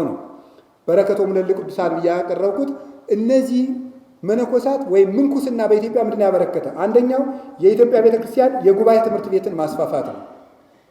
የጉባኤ ትምህርት ቤትን ማስፋፋት እነማን ናቸው? ተሳቱ ቅዱሳን አስፋፍተዋል። አቡነ ኢየሱስ ሞዐ አስፋፍተዋል። የእሳቸው ደቀ መዛሙርት ደግሞ እና አባ ጊዮርጊስ ብዙ ከዋክብትን በመፈልፈል እና አፄ ዘርዓ ያዕቆብንም ጭምር በማስተማር አሁን አፄ ዘርዓ ያዕቆብ ባልኩ ጊዜ በትምህርታቸው ነው እንጂ ድክመታቸውን አላጠቃልልኩም። እንደ ንጉሥ ዳዊት ግድፈት እንዳለበት እሳቸውም ድክመት ይኖርባቸዋል። እሱ ውስጥ አልገባም። ታሪክን ለታሪክ ተዋለው ማለት ነው። ስለዚህ እነዚህም ሁሉ በማስተማር ጉባኤ እንዲስፋፋና ወንጌል እንዲቀጥል ምንኩስና አስተዋጽኦ አድርጓል። የአሁኑ ምንኩስናም ወንጌል እንዲስፋፋና ትምህርት ቤቶች እንዲስፋፉ ሰንሰለት መሆን አለበት። ያለዚያ ቤተክርስቲያን ትቆማለች። እሱን ነው ማለት የፈለግኩት። በኋላ የሌሎች ቤተክርስቲያን ተሞክሮ ላይ ለማሳየት ፎክራለሁ። አቡነ ተክለ ሃይማኖት ርቱ ሃይማኖትን ዘርዓ ያዕቆብን አስተምረዋል። እነዚሁ መናፍቃንን ተከራክሮ መርታትና ዕቅበተ እምነትን መስራት። አባ ጊዮርጊስ ዘጋስጫ አንዱ ነው። የአቡነ ኢየሱስ ሞዐ ልጅ በምንኩስናው የታወቀ ተጋድሎ የማይጠቅመው ፈጭቶ የማይደክመው በረድነት ረድ ዘበጥባቱ ነው ያገለግለው አባ ጊዮርጊስ ዘጋስጫ እመቤታችን ጽዋ ኪሩቢን አጥታ ያጠጣችው እሱ አይሁዳዊ መናፍቅ ተነስቶ ኢትዮጵያን ባስቸገረ ጊዜ ማን ይከራከረው ሲባል ጊዮርጊስ ዘጋስጫ መጥቶ ይከራከረው ተባለ። እሱማ ታሟል ሲባል አይ ባስከሬን ቢሆን መጥቶ ይከራከር ተብሎ ባልጋ ተይዘው መጥተው ተከራክረዋል። ባልጋ ተይዘው መጥተው ኢየሱስ ክርስቶስ አምላክ ከሆነ አይቴ ቀበርክ ምወል አልዓዛር ማለቱ ለምንድን ነው ብሎ ሲጠይቅ አንተ አይሁዳዊ እኔም እጠይቅሃለሁ ያንተ አምላክስ አይቴ ያለው ከአዳም ያለ ጠፍቶት ነው ወይ ብሏል። ያንተ አምላክ ያለው እግዚአብሔር የሱ አምላክ ያላደለ ሆኖ ሳይሆን አይሁዳዊን በራሱ መደብ ቆሞ እየተከራከረው ነው። እንደዚህ ባለው ጊዜ ጸጥ አድርጎታል። ሌሎች እነ ቢቱ የሚባለውን መናፍቅ ጭምር ያሳፈረ እግዚአብሔር ወልድ፣ እግዚአብሔር መንፈስ ቅዱስ፣ እግዚአብሔር አብ ለፍርድ አይመጡም ብሎ የካደውን ያንን ቢቱን ደግሞ የቢቱ ነገረ ሰሪ ተንኮለኛ ነው የነበረው። እንዲሁም አባ ጊዮርጊስ ዘጋስጫ ሲገልጸው ወበከየ ይትካህን ነጊረ እበየ ሂሩታ ለማርያም ከማው ይትካህን ነጊረ እበየ ከዩ ለቢቱ የማርያምን ቸርነት ተናግሮ መዝለቅ እንደማይቻል የቢቱን ተንኮል ተናግሮ መዝለቅ አይቻልም ይላል። እንዲህ ያለ ተንኮለኛ የነበረው ነገረ ሰሪ እና ይሁዳውያንን በመርታት ሌላው አቡነ ዜና ማርቆስ ገድለ ዜና ማርቆስ እንደው ከገዳሙ የመጣችሁ ያላችሁ ትመሰክሩልኛላችሁ። ገድለ ዜና ማርቆስን ያነበበ ሰው ካለ ገድለ ዜና ማርቆስ ሃይማኖተ አበው ማለት ነው። በእውነት ማለት በጣም ብዙ ምስጢራትን ያለበት ራሳቸው አባ ጽጌ ድንግልን ተከራክረው ከአይሁዳዊነት መልሰው አጥምቀዋል። ልጆቻቸው ኢየሩሳሌም ለመሳለም በሄዱበት እንኳን አይሁዳውያንን ተከራክረው ይረቱ ነበረ። ስለዚህ ዕቅበተ እምነትን በማስጠበቅ እና አቡነ ሐራ ድንግል ተከራክሮ ነበር። ከንጉሱ ከአጼ ሱስንዮስ ፊት ጎንደር ድረስ ተጠርተው ሄደው ሃይማኖታቸውን መስክረዋል። እነ ቅድስት ወለተ ጴጥሮስ፣ እነ ቅድስት ፍቅርተ ክርስቶስ ሃይማኖትን በመመስከር በነገስታት ፊት በመቆም እነ እጨጌ ፊልጶስ ዘደብረ ሊባኖስ ሃይማኖትን በመመስከር በንጉሱ ፊት ቀድመው እውነትን በመመስከርና በመቆም የእምነት ጠበቆች የሥርዓት ምልክቶች ሆነው ቆመው ነበረ። ስለዚህ ምንኩስና የወንጌል መሸጋገሪያ ሰንሰለት፣ የወንጌል ማደሪያና ዕቅበተ እምነትን ምልክቱ ነው የሚጠብቅ ነው። ሌላው ምንኩስና በጣም የሚያስደንቃችሁ የኢትዮጵያ ኦርቶዶክስ ተዋሕዶ ክርስቲያን ለ1600 ዓመት በላይ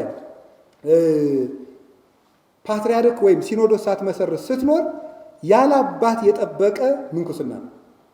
ያለ ሲኖዶስ ማለት ርቀት ባለ ሲኖዶስ ነው። ያለ ሲኖዶስ ኑረና ማለት አይደለም። የግብፅ ሲኖዶሳችን ነው። ግን ቅርብ በሌለ ሲኖዶስ አባት ሳይኖረን አንድ ጳጳስ ቋንቋውን ሳያውቅ ዙሮ መሾም ሳይችል ዙሮ ወንጌልን ማስተማር ሳያውቅ እንዴት ለ1600 ዓመታት መናፍቃንን እየረታን ቅዱሳን እየፈለቁ ከእግዚአብሔር ጋር እየተገናኙ ኢትዮጵያ እንድትቀጥል ያደረገ ምንኩስና ነው። አባቱ ነው የቀጠሉት እነዚህ ናቸው። ምንኩስና ባይኖር ኢትዮጵያ እንዴት ታውቃላችኋል? ለ100 ዓመታት ያክል እኮ ጳጳስ ሳይላክልን ከግብፅ ኖረናል። 100 ዓመታትን ያክል። የዚያን ጊዜ ማን ነበር የጠበቀ ሲባል በገዳም ያሉ መነኮሳት በጸሎታቸውና በትምህርታቸው ቤተ ክርስቲያንን ጠብቀዋል። ስለዚህ ቤተ ክርስቲያንን ለ1600 ዓመታት ያክል የጠበቀ ምንኩስና ነው የኢትዮጵያ ምንኩስና።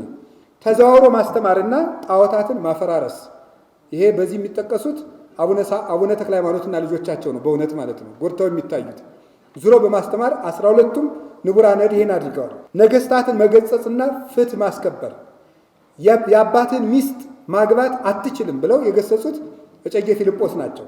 በዚህ ተደብድበው ሰውነታቸው ቆስሎ በንጉሥ ፊት ከደናግል ልጆቻቸው ጋር ራቁታቸውን ቁመው ተገርፈው በትግራይ ተሰደው ከዚህ ከሸዋ ወደ ትግራይ ተሰደው ተንከራተው ከቁስላቸው የሚፈሰው እጅ ድዊ እስከሚፈውስ ድረስ ደርሰው ነበረ። ነገስታትን በመገሰጽ ድርሳናትን በመድረስ የግዕዝ ቋንቋን በመጠበቅ መጽሐፈ ምስጢርን፣ ገድላትን፣ የቅዱስ ያሬድን ድጓ ታውቃላችሁ ከነ ትርጓሜው ከነ ድረሱ ስነ ጽሑፍን በማስፋፋት ጥንቆላንና መረን የለሽ አኗኗርን በመቃወም ሰማዕትነትን በመቀበል ቤተ ክርስቲያንን ማጽናት የነገስታትን ልጆች ቅድም ብፁዕ አባታችንም እንዳስተማሩ የነገስታትን ልጆች በስነ ምግባር ኮትኩቶ ማሳደግና በጎ ዓላማ ላለው መሪነት በማዘጋጀት በጸሎትና በብቃት ሀገር በመጠበቅ የሥነ ስዕል የመጻሕፍት አንቂት የጥበብ መገኛ በመሆን ይህን ሁሉ የኢትዮጵያ ምንኩስና አስተዋጽኦ አድርጓል። አሁን ያለው ምንኩስና እንደምን ያለ ነው የሚለውን አልነካውም። ከቻልኩ ነገ ለመዳሰስ እሞክራለሁ ከተሰጠኝ እድሉ፣ ካልሆነ ግን በእነዚህ ብናየው ይሻላል። እሺ አሁን እንግዲህ የተሰጠኝ ርዕሰ ጉዳይ የኢትዮጵያ ምንኩስና ከአኃት አብያተ ክርስቲያናት አንጻር የሚለውን ብቻ ለማየት፣ አንደኛው የግብፅ ቤተ ክርስቲያንን ተሞክሮ የምንኩስና ተሞክሮ ብቻ ሁለቱን የወሰድኩት። እንደተባለው ሰፊ እንግዲህ የሶሪያንም ለማጥናት የዚያንም ለማጥናት ሰፊ ጊዜ የለኝም፣ በጣም ይቅርታ አድርጉልኝ። ትናንት ማታ ምሽት 3 ሰዓት ነው ርዕሰ ጉዳዩ የተሰጠኝ። ስለዚህ የግብፅ ቤተክርስቲያን ተመክሮና በጎ ልምድን እዚህ ላይ እናገረ። ግብፅ ማለት ማለት ነው ይቅርብን፣ ይህንን በማብራራት ጊዜ ልፈጅባቸው አልፈልግም። እንደው ግን እዚህ ውስጥ መንፈሳዊ ፍቹን ግን አልለፈው። ግብፅ የሚለውን ዘይቤያዊ ፍቹ ቢቀርብን፣ ግብፅ በመጽሐፍ ቅዱስ ምን አይነት ናት? በዚህ ዓለም ፍቅር የመታሰር በጉልበት የመመካት ፈርዖንን አስታውሱት። የማንነት መውረድ አብርሃም እግዚአብሔር ወደ ግብፅ ምን አለ ነው የሚለው? ወረደ። ይስሐቅ ወደ ግብፅ ምን አለ ነው የሚለው? ወጣ የሚል አታገኙ። ግስ ምንድን ነው የሚለው? ወረደ። እገሌ ምንድን ነው? ወረደ። ይህ ምን ማለት ነው? ከማንነት መውረድን የምትወክል ነው። እንግዲህ እኛንም ከመውረድ ይሰውረን። የሲኦል ምሳሌ ናት። ሙሴ በበትሩ እስራኤልን ከግብፅ አወጣ፣ ጌታ በመስቀሉ ነፍሳትን ከሲኦል አወጣ ብለን እንድንተረጉመው። የግብፅ ፒራሚዶች አይሁዳውያን ሰሯቸው፣ ግን ጥቅም አላገኙባቸው። የማይጠቀሙበትን ጡብ ይሰራሉ። አሰሪዎች ግብፃውያን ናቸው። ይህን ሊቃውንት ብሎ የተረጎሙት የግብፅ ፒራሚድ የኃጢአት ክምር ነው። የማይጠቀሙበትን ፒራሚድ እስራኤላውያን እንደሰሩ የማይጠቅማቸውን የኃጢአት ክምር የሚሰሩ ሰዎች ምሳሌ ነው። አሰሪዎች ግብፃውያን ደግሞ አጋንንት ናቸው ብለው ይተረጉማሉ። ፈርዖን ዲያብሎስ ነው። በበጎ ሲተረጉሙላት ግብፅ የአዲስ ኪዳኑን ሲታይ ደግሞ በጎ ትሆናለች። የጥበብ መገኛ ስትሆን፣ ነገር ግን 40 ዓመት ሲሞላ ወንድሞቹን የእስራኤልን ልጆች ይጎበኝ ዘንድ በልቡ አሰበ። ማን? ሙሴ። የእግዚአብሔር የክብሩ ማረፊያና የድንግል ማርያም ርስት ናት።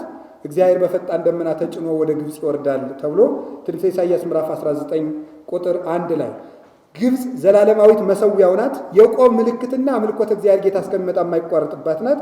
በዚያም ቀን በግብፅ ምድር መካከል ለእግዚአብሔር መሰዊያ በዳርቻዎቿም ለእግዚአብሔር አምድ ይሆናል ተብሎ ተነግሮላታል ማለት ነው። ቡሩክ ሕዝብ ብሎ ለሐዲስ ኪዳን ትንቢት ተናግሮላቸዋል። የሰራዊት ጌታ እግዚአብሔር ሕዝቤ ከግብፅ የእጀም ሥራ አሦር ርስቴም እስራኤል የተባረከ ይሁን ብሎ ይባርካቸዋል። በዚያን ቀን እስራኤል ለግብፅና ለአሦር ሶስተኛ ይሆናል፣ በምድር መካከል በረከት ይሆናል ብሎ ትንቢት እንደተነገረ ግብፅ በብሉይ ኪዳን ጊዜ ወደ ምንኩስናው ለመድረስ ነው የምሮጠው። በአብርሃምና በልጆቹ ተሰብካለች፣ አልተቀበለችም። በዮሴፍ ተባረከች፣ አልተቀበለችም። በሙሴ አልተቀበለችም። በኤርምያስ ተሰበከች፣ በዚህ ሁሉ አልተጠቀመችበትም። ግብፅ በሐዲስ ኪዳን ምንድን ነው ያደረገችው ሲባል የእመቤታችን ማረፊያ ናት። ቅዱስ ማርቆስ ነው የመሰረታት። ግብፅ እንደገባ በታምራት አስተምሮ አናያኖስን አሳምኖ እሱን ሁለተኛ ጳጳስ አድርጎ ሾሞላቸዋል። በአፍላጋጌተ ግዮን ነው የሚመሰለው ከአራቱ ወንዞች መካከል በአንበሳ የሚመሰለው የማርቆስ ማደሪያ ናት።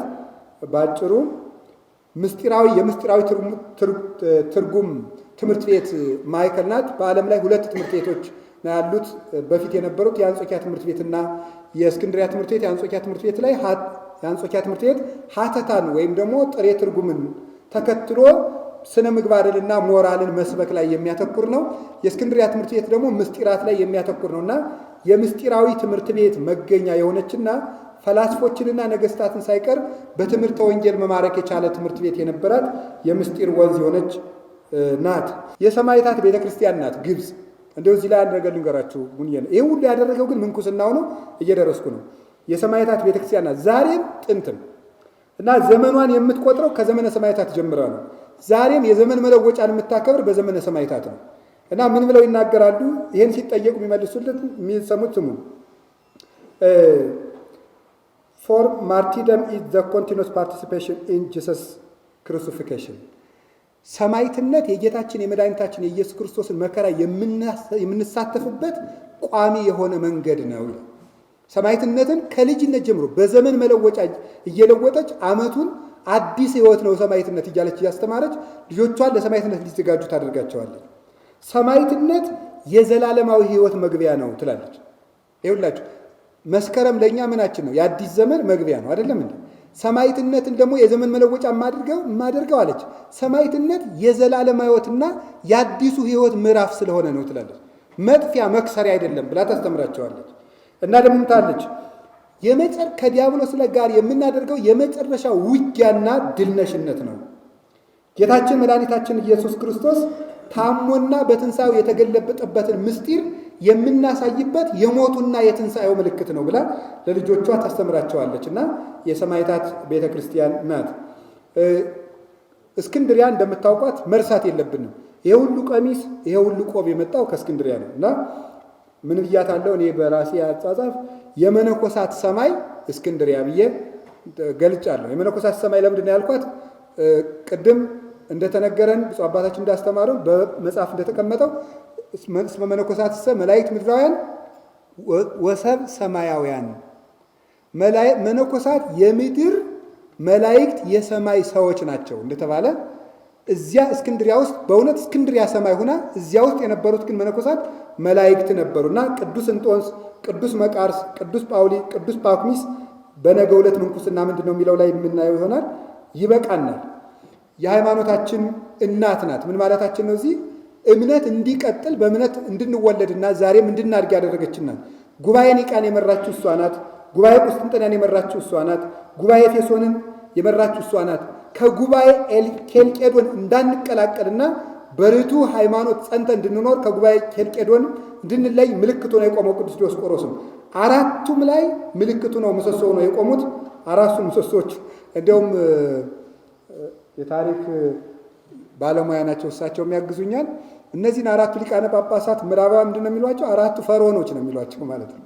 አራቱ ፈርዖኖች ብለው ይጠሯቸዋልና እምቢ ብለው ስላልተሸነፉ ማለት ነው። ተራራ ያፈለሰችው እስክንድሪያ። ተራራ ያፈለሰችው ምንድን በአባ አብርሃም ጊዜ አፍልሳለች። እኛም እንግዲህ በብፁዕ አቡነ አብርሃም ጊዜ ካፈለስን ጥሩ ነው፣ እግዚአብሔር ይርዳን። በዚያ ጊዜ ተራራ አፍልሳለች። ማናት ያፈለሰችው? እስክንድሪያ። መቼ ነው? ህዳር 6 ቀን የሚነበበውን ስንክሳር እንድትመለከቱ ብቻ በመጋበዝ አልፈዋለሁ። ተራራ አፍልሷል። በውዳሴ ማርያም ትርጓሜ የሚሰሩ ነው። 12ኛው ክፍለ ዘመን ላይም እንዲሁ የንጉሱን ልጅ በመፈወስ ቤተክርስቲያን ከጥፋት አንድ አባት ሰውሯል። የእስላማዊው ንጉስ ልጅ በመፈወስ ማለት ነው። ከ1920ዎቹ በኋላ አሁን ያሉበትን አሁን የቅዱስ ስምዖን ጫማ ሰፊው ተራራ ያለበትን አካባቢ የግብፅ የቆሻሻ መድፊያ እንዲሆን ተወስኖ ነበረ። ክርስቲያኖች ተማረው እንዲጠፉ ማለት ነው። ተማረው እንዲጠፉ የቆሻሻ መድፊያ ሲኖርባቸው እነሱ ስምዖን ያፈለሰውን ተራራ ድጋሜ ፈልፍለው አፈለሱት። በእውነት እዚያ ውስጥ ምን ሰሩበት? መቅደስ ሰሩ። ከ20 ሺህ ሰው በላይ 20 ሺህ አይጠቅመው በጣም ብዙ ሰው የሚይዝ አውደ ምሕረት ሰሩበት። እዚያ ነበር ብፁዕ ቅዱስ አቡነ ሺኖዳ 7 ሚሊዮን ሕዝብ እስኪደርስ ድረስ የሚከታተላቸውን የረቡዕ ጉባኤ የጀመሩት ማለት ነው። ያንን ያደረጉት ምንድነው? ተራራ ፍልሰው ነው። እዚያ ቆሻሻውን ተቀበሉና እንግዲህ ግብፅ የተፈጥሮ ማዳበሪያ ከሚልኩ አገሮች ከ10 አገሮች አንዷ ናት። ያን ማዳበሪያ የሚያመርቱት እነማን ናቸው? ክርስቲያኖች ናቸው። የቆሻሻ መድፊያ ሲያደርጓቸው ቆሻሻውን ግብአት አድርገው መልሰው ደግሞ ያንን እያሸጉ ጥሬ ዕቃ አድርገው ይሸጡታል ማለት ነው። ስለዚህ እውነትም ተራራ ፍልሰዋል። ዛሬም እመቤታችን የማትለያቸው ናት። ግብፃውያን ዛሬም ትገለጽላቸዋለች። የመጀመሪያው በእመቤታችን ፍቅር የምንገልጸው ማን ነው? ቅዱስ ቄርሎስን ነው። ቅዱስ ቄርሎስ በኤፌሶን ጉባኤ በሄደ ጊዜ ንስጥሮስ 50 ወታደሮችን ነው አስከትሎ የመጣው። ቅዱስ ቄርሎስ ደግሞ ሊቃነ ጳጳሳትን አሰልፎ ፊት ለፊት ይዞት የመጣው ምን እንደምን ታውቃላችሁ? ወላዲት አምላክ የሚል አርማ ነበር ይዞ የመጣው። ወላዲት አምላክ የሚል ጽሑፍ ይዞ ይገመጣ ነበር። ያ ፍቅር እስከ መጨረሻው ድረስ እስኪ እንዲኖርለት አድርጎታል። ወላዲት አምላክ የሚል ሰው ድንግል ማርያምን ወላዲት አምላክ ማለት ክርስቶስን የባህሪ አምላክ ማለት ስለሆነ ፍጹም የእምነት ምልክት ነው እና ያክል ሃይማኖት ዛልቦ ጥልቀት ወእምነት በቅድስት ድንግል ከመይእቲ ወላዲተ እግዚአብሔር በሥጋ ነውር የሌለበት ጥርጥር የሌለበት ሃይማኖት በቂ ነው። ድንግል ማርያምን እግዚአብሔርን በሥጋ የወለደች ናት ብሎ ማመን ፍጹም ነገር ነው ብሎ መስክሮላታል እና የእሱ ምስክርነት ይገርማችኋል። አንድ ነገር እዚህ ውስጥ መጥቀስ እፈልጋለሁ። የእመቤታችን ፍቅር በቅዱስ ቄርሎስ እንደተገለጠ ሁሉ ቅዱስ ቄርሎስ ንስጥሮስ በቁስጥንጥንያ ክህደቱን እንዳሰማ በሰማ ጊዜ መጀመሪያ ቅዱስ ቄርሎስ ምንድን ያደረገ? በግብፅ ላሉ ገዳማት ደብዳቤ ነው የጻፈላቸው። በሃይማኖት አበው አንዱ የቅዱስ ቄርሎስ መልእክት ማበ ቅዱስ ቄርሎስ ሊቀ ጳጳሳት ዘእስክንድርያ የሚለው አንዱ መልእክት ለግብፅ ገዳማት ነው የጻፈላቸው። ለምንድን ነው ክህደት እንደሰማ ቅዱስ ቄርሎስ መዘብ ቀጥሎ ለገዳማት የጻፈው ሲባል መነኮሳት ከወደቁ ቤተክርስቲያን መመለሻ የላትም። መነኮሳት ከጸኑ ደግሞ ቤተክርስቲያንን ገፍቶ የሚጥላት የለም። ከዚህ የተነሳ የእምነት ምልክት መሆን ያለበት ማን ነው? መነኮሳት ናቸው። ስለዚህ ለንስጥሮስ እንደጻፈ ለእነሱ ጻፈላቸው እንዳይክዱ። በዚያውም ላይ ደግሞ ከመነኩሴ ጆሮ የገባ ክህደት መውጫ የለውም። እዚያ ውስጥ ጥርጥር ከገባ እንደ ንጹሕ ብራና ስለሆነ ይዞት ነው የሚቀር እና መነኮሳት ታውቃላችሁ፣ በአፄ ሱስንዮስ ጊዜ እንዲሁ ምን እናድርግ እነዚህን ኦርቶዶክሳውያን ማጥፋት እንዲሁ ምን እናድርግ ሲባል መጽሐፉን እንበርዘው ተባለ እና የኢትዮጵያ ገዳማትን በሙሉ ሃይማኖት አበው የሚባል መጽሐፋችሁን አምጡ ተባሉ። አምጡ ሲባሉ ቀን ስጡናል። ቀን ሲሰጣቸው ምንድን ነው ያደረጉ? ሌላ ብራና ሃይማኖት አበው ጻፉና ሰደዱላቸው። የጻፉት ነው ዋናውን አኖረው ዋህደ ባህሪ አንድ ባህሪ የሚለው ሁለት ባህሪ እያሉ ከልሰው ሲሰዱላቸው ምን አደረጉ? እነሱ ያን እያቃጠሉ አንድ ባህሪ የሚለውን ይዘው አስቀጠሉ ማለት ነው። እና ምንኩስና መጽሐፍን ጠብቋል፣ እምነትን ጠብቋል።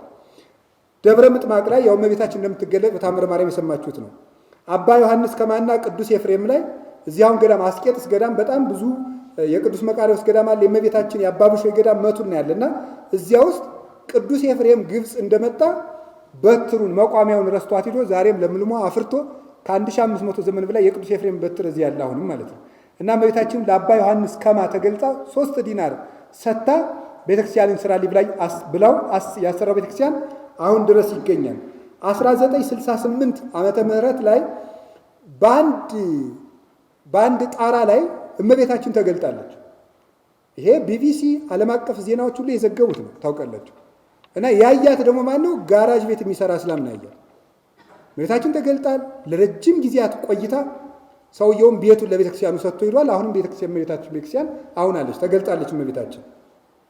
ቅድስት ሄራኒ የምታውቋት ነው። ብፁዕ ቅዱስ አቡነ ቄርሎስ 6ኛን በጸሎት ስትረዳቸው የነበረች ናት። እሷን ምን ያደረገች? አሁን ያለውን የቅዱስ መርቆሬዎስን ቤተክርስቲያንና ገዳም የቆሻሻ መድፊያ ስለነበረ ቆሻሻውን አጥርተሽ ጠባቡን ቤተክርስቲያን አስፍተሽ ስሪ፣ ይህንን ለፓትርያርኩ ንገሪው አለች። ሄዳ ለፓትርያርኩ ነገረችው። አቡነ ቄርሎስ ዝም አሉ። እመቤታችን ሄዳ ሄራኔ የነገረች ለምንድን ነው ዝም ያልክ?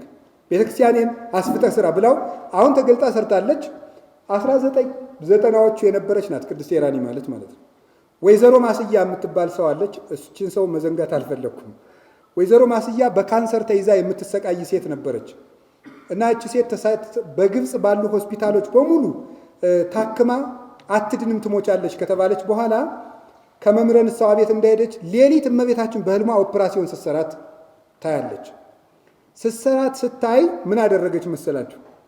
ጧት ስትነሳ ፋሻውም ተገኘ፣ ኦፕራሲዮን የተሰራችበት ምላጩም ተገኘ፣ እሷም ድና ተገኘች። ንስሐ ገብታ ስትቆርም ከፊቷ ወዝ ይፈልቃል። የሚያስቀድሰው ሰው ቅባት ተቀብቶ ነበር ይመስል ስትጠርገው ይፈልቃል። መጨረሻ ላይ ከእጇ መንጠባጠብ ጀመረ። ከእጇ እየተንጠበጠበ ቅዱስ ፓትርያርኩ ባለበት ጳጳሳት ባሉበት እየፈሰሰ ሰው ሁሉ ሲፈወስ ህዝቡ ሊያመልካት ነው፣ ቤተክርስቲያን ልትበጠብጥብን ነው አሉና አንቺ ሂጂና ጸሎት እንጸልይ ምህላ እንያዝና ጣትሽን ከእመቤታችን ስዕል አስጠግተሽ እመቤቴ ሆይ ከኔ የሚፈሰው ስዕል ከኔ ደርቆ ከአንቺ ስዕል ይፍሰስ ብለሽ ጸልይ አሏት። ከዚያች ፈሰሰ። እሷን ግን ቤተክርስቲያንን እንጂ ሰው ምልክት መሆን የለበትም፣ እሷን በውዳሴ ከንቱ ትቀማል ትጎዳለች ብለው ሰውረው አኖራት። አሁን የት እንደደረሰች አይታወቅም። እንዲሁ የእኛ መነኮሳትስ ይህን ብንለምድ ምን አለ ነው። አንድ ሰው አቦ አቦ ሲባል ታው ስንል ቅናት ነው እንባላለን። መከራ ነው በእውነቱ ማለት ነው።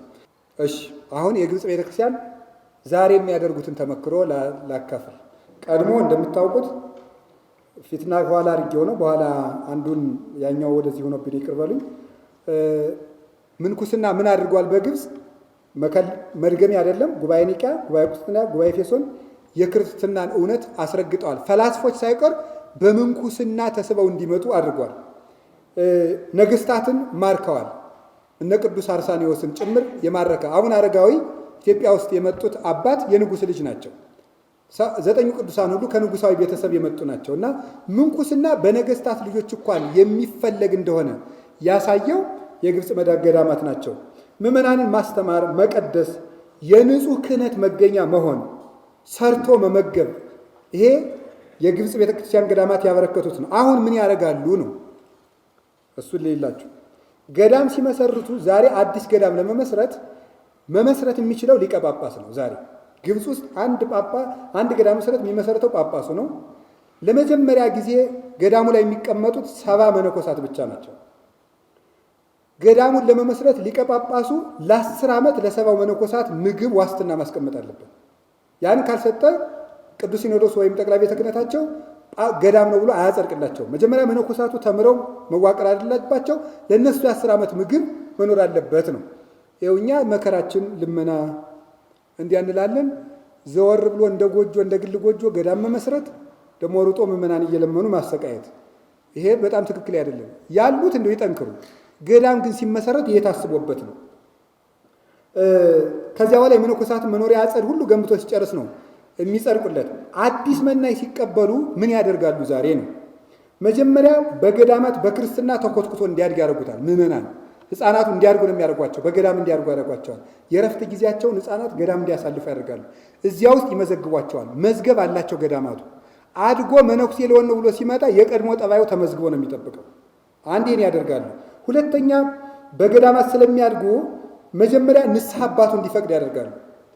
ልመንን ነው ገዳም ልገባ ነው ሲመጣ ንስሐ አባትን ደብዳቤ አምጣ ይባላል። አንድ ሶስተኛ ንስሐ አባቱን ፈቃድ ካመጣ በኋላ ለ9 ወራት እየተመላለሰ ምንድነው የሚባለው? ይሄ ናትራይ ወይም ካሜንድሲ የሚባለው ደረጃ ነው ይባላል።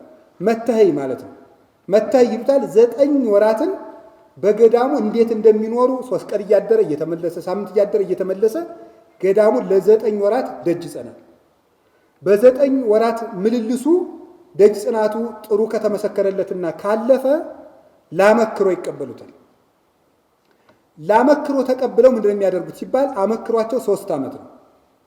3 ዓመቱን ከገዳሙ ህብረት ውስጥ አይገባም። ጸሎት አይጸለይለትም። የአንድነቱ አባል አይደለም። በውጭ እየታዘዘ ብቻ 3 ዓመት ይቆያል። እንደ እንግዳ በውጭ እየታዘዘ ሲታዘም እንደሚያደርጉት ልክ እንደ ምንድነው እንደው ቋንቋውን እግዚአብሔር ይቅር ይበለኝ ሰላይ እንበለው እሺ 3 ሰላዮች ይመደቡበታል። መነኮሳት ናቸው። ከገዳሙ አባቶች በድብቅ የሚከታተሉት ናቸው። እንደሚሰልሉት አያውቅ። ጠባዩን ይከታተላሉ፣ ይታዘዛል። እነሱ የየቀን ውሎውን ይመዘግባሉ። 3 ዓመት ሲሞላው እነዚያ 3 የሚከታተሉት አባቶች ለገዳሙ ማህበር ሪፖርት ያቀርባሉ። ይሄ ሰው 3 ዓመት ሙሉ ጠባዩ እንዲነበረ እንደዚህ ነው ይባላል። እሺ ደግሞ ፓትርያርኩ አጣርተው ይጻፉልን ይባላል። ፓትርያርኩ ደግሞ ከቤተሰብና ከሀገሩ እንዴት እንዳደገ ደግሞ በወረዳ ቤተ ክህነት በዚህ አጣርተው ደግሞ አጽፈው ይጽፉለታል። ፓትርያርኩም ጽፈው 3ቱም መነኮሳት መስክረው ማህበሩ አይ ይሄ ሰው እንደውም አይሆንም እኛም በግል አይተነዋል ካሉ ተመልሶ ወደ ሀገሩ ሳይመነኩስ ለመመንኮስ አይደለም ገዳም ሳይገባ ተመልሶ ይወጣል ማለት ነው። አሁን እኛ ማድረግ ያለብን 7 ቀን እንግዳ ቤት ይቀመጣል። በሰባተኛው ይጠየቃል። መናኝ ይገባል። ፖለቲከኛ ይሁን አይታወቅ፣ ምን ይሁን አይታወቅ፣ ሽፍታ ይሁን አይታወቅ ገብቶ ገዳሙን የቁም ስቅል ሲያኖረው ይከርማል ማለት ነው። ስለዚህ እንዲሁ 3 ዓመት መፈተን አለበት። ማስተካከል ያለብን አቀባበላችን ነው። አቀባበላችን ከተበላሸ አኗኗራችን ይበላሻል። አኗኗራችን ከተበላሸ ዓላማ የሌለው ገዳም የሚመጣ በዚህ ምክንያት ነው። መጀመሪያ አጥሩን ነው ማጥበቅ። ከዛ ምን ያደርጋሉ? እዚያ መክሮ ከገባ በኋላ ገዳም ይገባል። ገዳም ከገባ ምን ያደርጋል? 8 ዓመት አገልግሎ ምንኩስና ይሰጠዋል። 8 ዓመት ካገለገለ በኋላ መመንኮስ ይችላል ማለት ነው። 8 ዓመት ስላገለገለ ደግሞ አገልግሎ ከመነኮሰ በኋላ መነኩሴ ሆኛለሁ ብሎ ሩጦ ቅስና ማምጣት አይቻልም። 10 ዓመት በምንኩስና ደግሞ ያገለግላል። በመነኮሰ በ18 ዓመቱ ቅስና ይሰጠዋል ማለት ነው። አሁን ዛሬ ምን እናደርጋለን ስትሉ የኛ መናንያን ይቅር በሉኝ ሮጦ ይመነኩሳል። ከዚያ በኋላ ጥቂት ቀን ቅዳሴ ይለማመዳል። እየሮጠ አዲስ አበባ መጥቶ ቅጠሩኝ ይላል። ይሄ ነው ማለት ነው መከራችን። ስለዚህ መጀመሪያም አንተ የኛ ገዳም መነኩሴ በመነኮሰ በዚህ ዓመቱ ነው ቅስና ማምጣት የሚችል የሚል ማዕቀፍ ቢኖረን እጅግ መልካም ነው። አኗኗራቸውን ደግሞ ልዳስላችሁ። መነኩሴ ከመነኮሰ ጀምሮ በምንም ታምር ከገዳም መውጣት አይቻልም። በምንም ታምር መውጣት የለበትም። ይሄን ያጸናሉ። የኛም ማድረግ ያለብን ይሄ ነው። እንደው ከተማ ያሉትን መነኮሳትንም መሰብሰብ ከተቻለ ማለት ነው። ካልተሰበሰበ እዚህ ያሉት ኑረው ሲያበቁ ቢያንስ ሌላ እንዳይመጣ ማድረግ በጣም ጥሩ ነው በእውነቱ ማለት ነው። መነኩሴ በገዳም በከተማ በፍጹም መውጣት አይችልም። እስከ መቼ? እስኪሞት ድረስ ቤተ ክርስቲያን ከሰጠችው ተልእኮ ውጭ ማለት ነው። ገዳሙን የመሰረቱት ጳጳስ የሚቀመጡት ከገዳማቸው ነው። ወይም ደግሞ ምን ማለት መስላችሁ? ለምሳሌ ብፁዕ ቅዱስ አቡነ ቄርሎስ 6ኛ የመነኑት የት ነው? ማርሚና ወይም ቅዱስ ሚናስ ገዳም ነው። ፓትርያርኩ ነው የሚቀመጡት ቅዱስ ሚናስ ገዳም ነበር። እሱ ከመሰረቱት ገዳም ብቻ አይደለም። አንድ ጳጳስ የሚቀመጠው ለጵጵስና ከተመረጠበት ገዳም ውስጥ ነው። እዚያ ውስጥ ወዶ ይቀመጣል። ስራውን በሀገረ ስብከቱ ያከናውናል። መጨረሻ ውሎ መሰንበቻውን የሚያደርገው የሀገረ ስብከቱን መመሪያ ከሰጠ በኋላ ሄዶ የሚቀመጠው የት ነው? ከመነኮሰበት ገዳም ለጵጵስና ካበቃው ገዳም ውስጥ እዚያ ሄዶ ይቀመጣል ማለት ነው። ይሄ ደግሞ የሚያፈራው ነገር ደግሞ አለ። በኋላ እናመጣዋለን። ያ ጳጳስ የሾማቸው ዲያቆናት፣ ቀሳውስት ደግሞ የአባታችን ገዳም እያሉ እዚያ ገዳም ይመላለሳሉ። ቀሳውስቱም ዲያቆናቱም ያን ገዳም ደግሞ ይደግፉታል፣ ይወዱታል፣ ይመላለሱበታል። ስለዚህ ዲያቆናቱ የሚመንነው ለመመነን ይኖራል። ቢያገባ ከነንሳ ልጆቹ ያን ገዳም ይጠብቃል።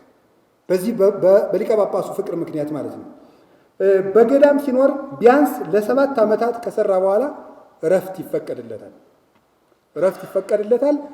እረፍት የሚፈቀድለት ግን የትም መውጣት አይችልም። እዚያው ውስጥ ምን ይላሉ? ወሰደኒ አበ ድንጋጌ ፈለግ የሚላል እዚህ ትንቢተ ሕዝቅኤል ላይ እንደው ወደ ምኑ ነው ወደ ባህር ዳርቻ ወሰደኝ ይላል እና ያን እንደው ሊቃውንቱ ብዙ ተርጉመውታል። ባህር እንደዚህ 2 ከንፈሮች አሉት ማዶና ማዶ። አሳ ከዚያኛውም ዳር ከዚህኛውም ዳር እንዳይወጣ ሆኖ መዋኘት ይችላል። ግን ከሁለቱ እንዳይወጣ መጠንቀቅ አለበት እና ኦርቶዶክሳዊ ደቀ መዝሙርም ከሁለቱ ከብሉይና ከአዲስ እንዳይወጣ ሆኖ መራቀቅ ይችላል ይላሉ።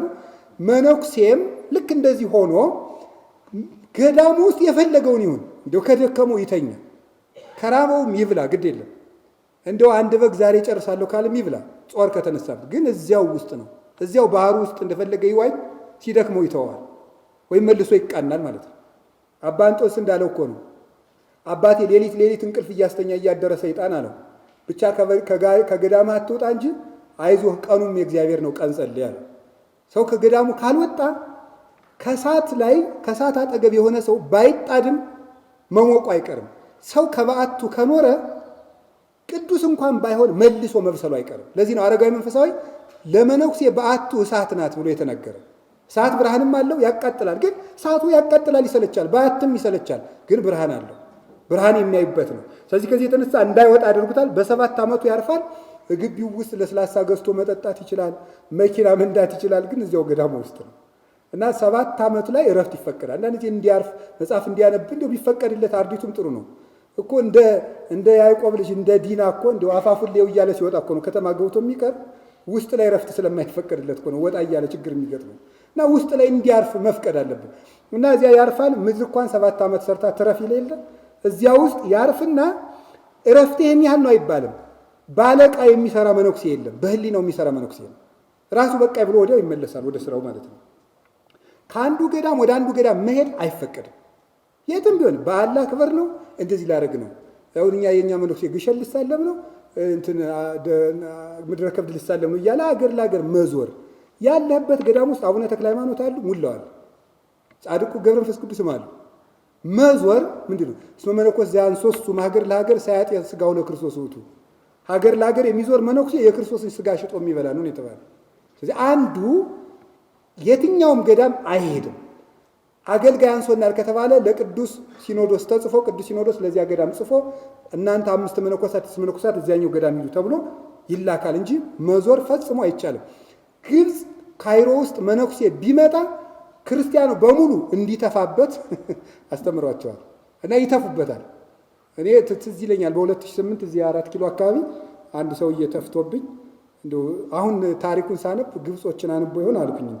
እናንተ አገር አጥፊዎች አለ። እንግዲህ እኔ አያውቀኝም። እንደውም እዚያውም አዲስ አበባ ገና መምጣት ነው እና እንደዚህ አድርገዋል። የቀን ውሏቸውን ትንሽ ለማካፈል ልሞክር። የአንድ መነኩሴ የቀን ውሎ ግብፅ ውስጥ ምንድን ነው ስትሉ ከሌሊት የፊደት ግድፈት አለበት። ከሌሊቱ የሚለውን ከሌላቸው ብሎታል። ከሌሊቱ 10 ሰዓት ቤተ ክርስቲያን ሁሉም የገዳሙ ማህበር ይሰበሰባል። አባቶችና እናቶች እንድታዩልኝ ፈልገው ነው። እኛ ሀገር ውስጥ የፈለገ መነኩሴ ቤተ ክርስቲያን ይገባል፣ የፈለገ አይገባም። ቤተ ክርስቲያንን ከስርዓተ አበው ውስጥ ማካተት ይገባል። ምንኩስና እግዚአብሔርን ለማምለክ ከዓለም መለየት ነው እንጂ እያመካኙ ከበዓት መተኛት አይደለም። ስለዚህ ቤተ ክርስቲያን የማይገባ መነኩሴ የቤተ ክርስቲያን ጠላት ነው፣ ማናይ። ስለዚህ ቤተ ክርስቲያን መግባትን ከስርዓተ አበው ውስጥ ማካተት አለብን። ያለ ቤተ ክርስቲያን መብቃት አይቻልም። ከአካል ተለይቶ ሕይወት የሚኖረው ሕዋስ ስለሌለ፣ ቤተ ክርስቲያን ደግሞ የክርስቶስ አካል ስለሆነ ከቤቱ ተመልሶ 41 ይሰግዳል፣ 12 መዝሙረ ዳዊትን ያደርሳል። ከዚያ በኋላ ወደ ስራው ይሄዳል። 7ቱን የጸሎት ጊዜያት ይጠብቃሉ። ማታ በሰርክ ሁሉም ቤተ ክርስቲያን ይሰበሰባል። ጸሎተ ዕጣንና የሰርክ ጸሎት ይደረሳል። ይቅርታ ተባብሎ ወደ ቤቱ ይመለሳል። ሁሉም ሰው ሰርክ ላይ ቤተ ክርስቲያን ይገኛል።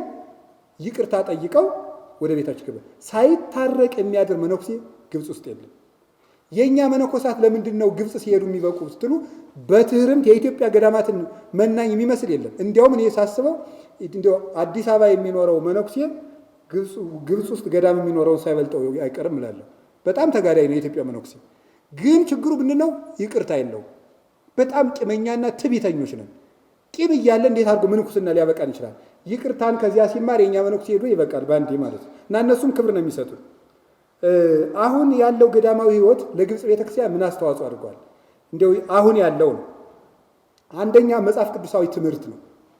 መጽሐፍ ቅዱሳዊ ትምህርት እንዲስፋፋ የጀመረውም ይሄ ነው። ቤተ ክርስቲያናችን በእግሯ ለማቆም እንግዲህ ብዙ መከራ ደርሶበታል። ከ614 ጀምሮ እስካሁን ድረስ ባለው በእስላማዊ መንግስት ተጽዕኖ ስር ነው ያለችው። ስለዚህ ከዚህ የተነሳ መሀል ላይ ደግሞ በቅኝ ግዛቱ ዘመን ደግሞ 20ኛው ክፍለ ዘመን ላይ ፈረንሳይና እንግሊዝ እየተፈራረቁ ቅኝ ግዛት ገዝተዋታል። ፕሮቴስታንቲዝም በዚያ ተጽዕኖ አሳድሯል። ካቶሊክም ለረጅም ዘመን ተጽዕኖ አሳድረባታለች ከኬልቄዶን ጉባኤ ጀምሮ። በዚህ ሁሉ ከኖሩ በኋላ እንዲያው ጵጵስናው ከጉቦ አልፎ በጨረታ እስኪሰጥ ድረስ አድርሰውት ነበር በእውነት። ታዲያ ከዚህ ውድቀታችን እንድንነሳ ምን እናድርግ ብለው ሲመክሩ ገዳማችንን እንታደግ፣ መጽሐፍ ቅዱሳዊ ትምህርት ገዳማት የመጽሐፍ ቅዱሳዊ ትምህርት መሰልጠኛ ይሁኑ ብለው ተናገሩ። ጀመሩት። ከዚያ በኋላ እነ ሀቢብ ጊዮርጊስ፣ እነ ድሃው ማቴዎስ፣ እነ ቅዱስ ቄርሎስ ስድስተኛ እና አቡነ ሽኖዳ ይህን ነበር የሰሩት። ገዳም ገብተን መጽሐፍ ቅዱስን እናጥና። ወጣቶቻችን እዚያ ውስጥ እናሰልጥን። 3 ትምህርቶችን ለምዕመናን ከገዳም አውጥተን እናስተምር። እግዚአብሔርን ማወቅ ትምህርት ሃይማኖትን፣ ኮምፓራቲቭ ቴዎሎጂ ወይም ንጽጽራዊ ትምህርት እና ፕራክቲካል ቴዎሎጂ ወይም ተግባራዊ ክርስትናን፣ እነዚህን 3ቱን እናስተምራል። 3ቱን ካስተማር የራሱን እምነት እናሳውቀው፣ ከሌላው የሚለይበትን እናሳውቀው፣ እውነተኛ መንፈሳዊ ሕይወት እናስተምረው። ካወቀ ሌሎች አይነጥቁትም፣ ከኖረ እግዚአብሔር ይረዳዋል። ስለዚህ መንፈሳዊነት ይኑረን ብለው መከሩ። በየትኛውም ገዳም መንፈሳዊ ኮሌጅ እንዲኖር ተደረገ። አሁን እንጦንስ ገዳም ውስጥ አለ፣ ቅዱስ መቃሪዎስ ገዳም አለ፣ አስቄጥስ አሁን ኮሌጅ አለ። እንዲያውም ትልቅ ደግሞ እየተጎበኘ ነው። ቁስቋም ገዳም ውስጥ ቴዎሎጂ ትምህርት ቤት አለ። ስለዚህ ገዳማትን የመጽሐፍ ቅዱሳዊ ትምህርት ቤት በማድረግ በዚህ ምክንያት የቤተ ክርስቲያን ሕልውና እንዲጠበቅ አድርገዋል። እኛም መውሰድ ያለብን ይሄ ነው። ሁለተኛ የስርዓት ወጥነት እንዲኖር አድርገዋል። አሁን ይሁ እንግዲህ አዲስ አበባ እንደው ያላችሁ አባቶች ትኖራላችሁ፣ የአድባራት አስተዳዳሪዎች እንዳትቀየሙኝ አደራችሁን፣ ለመንካት አይደለም። እኛ ሀገር ቤተ ክርስቲያን ምንድን ነው የምናደርገው? ደስ ያለው ሰው ቀይ መጋረጃ ይገርዳል። እንዲያው ብር ያገኘው ደግሞ የ5 ሚሊዮን መጋረጃ ይገርዳል። እንደዚህ ግን ትክክል ነው? አንዱ ሲያብረቀርቅ፣ አንዱ ሲያንጸባርቅ፣ አንዱ ሲያንጫጫ፣ እንዲሁ ምንድን ነው ምን ሆነው ነው? ግብፅ ውስጥ ግን መጋረጃ ዓመት እስከ ዓመት 3 መጋረጃዎች ነው ያሉት። ለሕማማት ጥቁር፣ ለትንሣኤ ነጭ፣ ዘወትር ቀይ። በቃ የትኛውም ቤተክርስቲያን ብትሄዱ አንድ አይነት መጋረጃ። አሜሪካ ያለ የግብፅ ቤተክርስቲያኖች ብትሄዱ እንደዚህ ነው። የስርዓት ወጥነት አላቸው። ለቤተክርስቲያኒቱ እንዲኖረው አውቀዋል። ቄሱ የሚለብሰው፣ መነኩሴው የሚለብሰው፣ ጳጳሱ የሚለብሱት የታወቀ ነው ተለይቶ። አሁን እኛ ቄሱ አስተዳዳሪም ይሄንን ፈረጅዬ ይለብሳል። ሊቀ ጳጳሱ የሚለብሱት ያኑ ነው። ድንበር የለንም ማለት ነው። ቄሱ የሚያደርገው መስቀል፣ ጳጳሱ የሚያደርገው መስቀል፣ መነኩሴው የሚያደርገው ይለያል። ወጥነት አላቸው። ስዕል አሳሳላቸው ወጥነት አለው። እኛ አንዴ ጠየም፣ አንዴ ቀላ፣ አንዴ እንደው ቅልም ያለ ስናደርግ በግብፅ ቤተክርስቲያን ለምሳሌ የስዕል ዶግማ ልንገራችሁ። ግብፅ ውስጥ ስዕል ሲሳል ራሱ ትልቅ፣ አይኑ ጎላ ጎላ ያለ፣ ጆሮው ተለቅ ያለ፣ አፉ ጠበብ ያለ ነው ማንኛውም ቅዱስ ሲሳል። ይሄ በቅዱስ ሲኖዶስ ላይ ተወሰነ። ራሱ ትልቅ ነው ማለት ቅዱሳን ብዙ የሚያስቡ ናቸው ነው። 2 ጆሮ ማለት ብዙ የሚያዳምጡ ናቸው፣ ለእግዚአብሔር የተከፈተ ጆሮ አላቸው ነው። አይናቸው ጎላ ጎላ የሚለውት እግዚአብሔርን የሚያዩና አስተዋዮች ናቸው ነው። አፋቸው ጠባብ መሆኑ ግን ብዙ አይናገሩም። ይሄ የስዕል ቀኖን አላቸው። ይሄ ወጥ ነው። ቤተ ክርስቲያን አሰራራቸውም እንደዚሁ ነው። አንዱ ወደዚህ ጠመም፣ አንዱ ቀላ አያደርግም። አንድ አይነት ነው። በአንድ ካቴድራል ውስጥ የሚኖሩ 24 ቀሳውስት ናቸው። ከፍተኛው ትልቁ ካቴድራል በቀዛ ከዚያ ቁጥር ብር አለኝ ሀብት አለኝ ብሎ አንድ ካቴድራል ተጨማሪ መቅጠር አይችልም። ቀኖን አለው። ትንሹ ቤተክርስቲያን ጠበብ ያለው ቤተክርስቲያን ስንት ቄስ ይቀጥራል? ትልቁ ስንት ቄስ ይቀጥራል? አንድ ገዳም ስንት መናኝ ይኖረዋል? በቀኖና የታጠረ አላቸው፣ ካለባበስ እስከ ሁለንተና ማለት ነው። ስለዚህ የስርዓት ወጥነትን ያመጡት ገዳማውያን ናቸው ማለት ነው። ቤተሰብ ላይ በጣም ስራ ሰርታለች፣ ባለትዳሮችን ማለት ነው። ይሄ ምን በማድረግ ነው ያፈራችው? ሕፃናትን ከ3 ዓመት እስከ 6 ዓመት ላሉት ትምህርት አለ። ከ6 እስከ 12 ላሉት ትምህርት አለ። ከ12 እስከ 18 ላሉት ትምህርት አለ። ከ18 እስከ 26 ላሉት ትምህርት አለ። ከ26 እስከ 40፣ ከ40 እስከ 50 ትምህርት አለ። በዚህ ትምህርት አማካኝነት አንጸው ያሳድጓቸዋል። ሲጋቡ ምን ያደርጋሉ ምትሉኝ? ከተጋቡ በኋላ እንዳይፋቱ በፓርላማ አጸድቀዋል። ክርስቲያኖች ሲመጡ እንዳታፋቱብን ብለው ማለት። ግብፅ ውስጥ መፋታት በሕግ ያስቀጣል። ማን? ክርስቲያኑ። ይሄን ያደረጉትን ማን ናቸው? ገዳማኑ መክረው ናቸው። አሁን የኛ ቤተክርስቲያን እንደዚህ እንዳታረግ የሆነው ምንድን ነው? እኛው ስላልሰራ ነው። ብንጠነክር፣ ልጆቻችን ቢጠነክሩ ይሄ ይመጣል። መፋታት ክልክል ነው የሚለውን በእስላማዊ ፓርላማ እንዲጸድቅ አድርገዋል። ለምን? አቅም ስላላቸው ማለት ይህን አድርገዋል። አይፋቱም፣ ፈጽሞ መፋታት አይቻልም። ከዛ ምን አድርጋለች? ዲያስፖራ ላይ የሰራችው ስራ አለ። የዲያስፖራ ኮሚኒቲውን በደንብ ነው የምትይዘው። የእኛን ሀገር ዲያስፖራ ተመልክቱ። እንደፈለገ ሲከፋው ጳጳሱን አልቀበልም ይላል። ሲከፋው ደስ ሲለው የራሱን ቤተክርስቲያን ይከፍታል። ከአንዱ ቤተክርስቲያን ሲያኮርፍ የራሱን ቦርድ ይከፍታል። እዚህ ውስጥ ምን አድርገዋል ግን? አንድ ምእመን ከግብፅ ቤተክርስቲያን ደብዳቤ ካልያዘ የትም ሀገር ብሄድ፣ ፈረንሳይ ብሄድ፣ አሜሪካ ብሄድ ንስሐ አባት መያዝ አይችልም፣ እዚህ ወረቀት ይዞ ካልሄደ። ይህንም በደንብ ስራ ሰርተውበታል። መንፈሳዊ ፍርድ ቤታቸውን አጠንክረውታል። መንፈሳዊ ፍርድ ቤቱ ስለጠነከረ ክርስቲያን ቢጣላ ሂዶ ከፖሊስ አይካሰስም። እዛው መንፈሳዊ ፍርድ ቤት ይካሰሳል፣ እዚያው ይጨርሳሉ። ክርስቲያኖች በዳኛ ተካሰው አያውቁም። ያውን ያደረጉት ነው። የቤተ ክርስቲያንን ሕልውና ጠብቀዋል። ከበላተኛ አፍ ምግብ ወጣ እንዲባል በልማት ጠንክረው ቤተክርስቲያናችን ጠብቀዋል። መንግስት ያንን ያከበራቸው ለምን ይመስላችኋል? አቅም ስላላቸው። እስኪ ከልማት የአንዱን ገዳም ብቻ ተሞክሮ ልንገራችሁ። የቅድስት ቁስቋምን ገዳም ላይ ግብፅ ውስጥ ነው ያለው። 172 መነኮሳት አሉበት። 15 ጳጳሳት ያገለግሉበታል። የዜማ የቅብጥ ወይም ኮፕቲክ ላንጉጅ የቴዎሎጂ ትምህርት ቤት አለው እዚያ ውስጥ ማለት። ትምህርት ቤቱን እኔም ለማየት ሞክሬያለሁ ይችላል። ምን ሀብት አላቸው? ቁስቋም ገዳም ብቻ ነው። የእንጨት ፋብሪካ አለው፣ የቴምር ፋብሪካ፣ የወይን ፋብሪካ፣ የእብነበረድ ፋብሪካ፣ ሳሙና ፋብሪካ፣ ብረታ ብረት ፋብሪካ፣ ወተትና እርጎ ማቀነባበሪያ ፋብሪካ፣ የማንጎ መጭመቂያ ፋብሪካ፣ 13 ሆቴሎች እና ታላላቅ እርሻዎች አሏቸው። ከአንደኛ ደረጃ እስከ 12ኛ 2 አካዳሚ ትምህርት ቤቶች አሏቸው። በጽዳቱ በግብፅ አንደኛ የተባለ ሆስፒታል አላቸው። የሚያገለግሉት ራሳቸው ዶክተር ሆነው የሚያገለግሉት እና የሚያስተዳድሩት መነኮሳት ናቸው። በዙሪያቸው 20 ሺህ የግብፅ ክርስቲያኖች ስላሉ ሲሆን 19 ቤተ ክርስቲያን ሰርተው የካህናት ደመወዝ ችለው ያስተዳድሩታል። ማን ነው የሚያደርገው? አንዱ ገዳም ቁስቋም ብቻ ማለት ነው። በነገራችሁ ላይ ገዳማት የማደርጋላቸው አንዱ ገዳም ሲቸገር በቅዱስ ሲኖዶስ ወይም በፓትርያርኩ መመሪያ ሰጭነት አንተ ገዳም ይሄን ገዳም አደራጅተህ በአንድ ዓመት ውስጥ ጨርሶ አስረክበኝ ይለዋል። ቅዱስ ሲኖዶስ ጨርሶ ያስረክባል። ሀብታምና ድሃ ገዳም የሚባል የለም። ሁሉም አቅም እንዲኖረው አንድነት አላቸው ማለት ነው።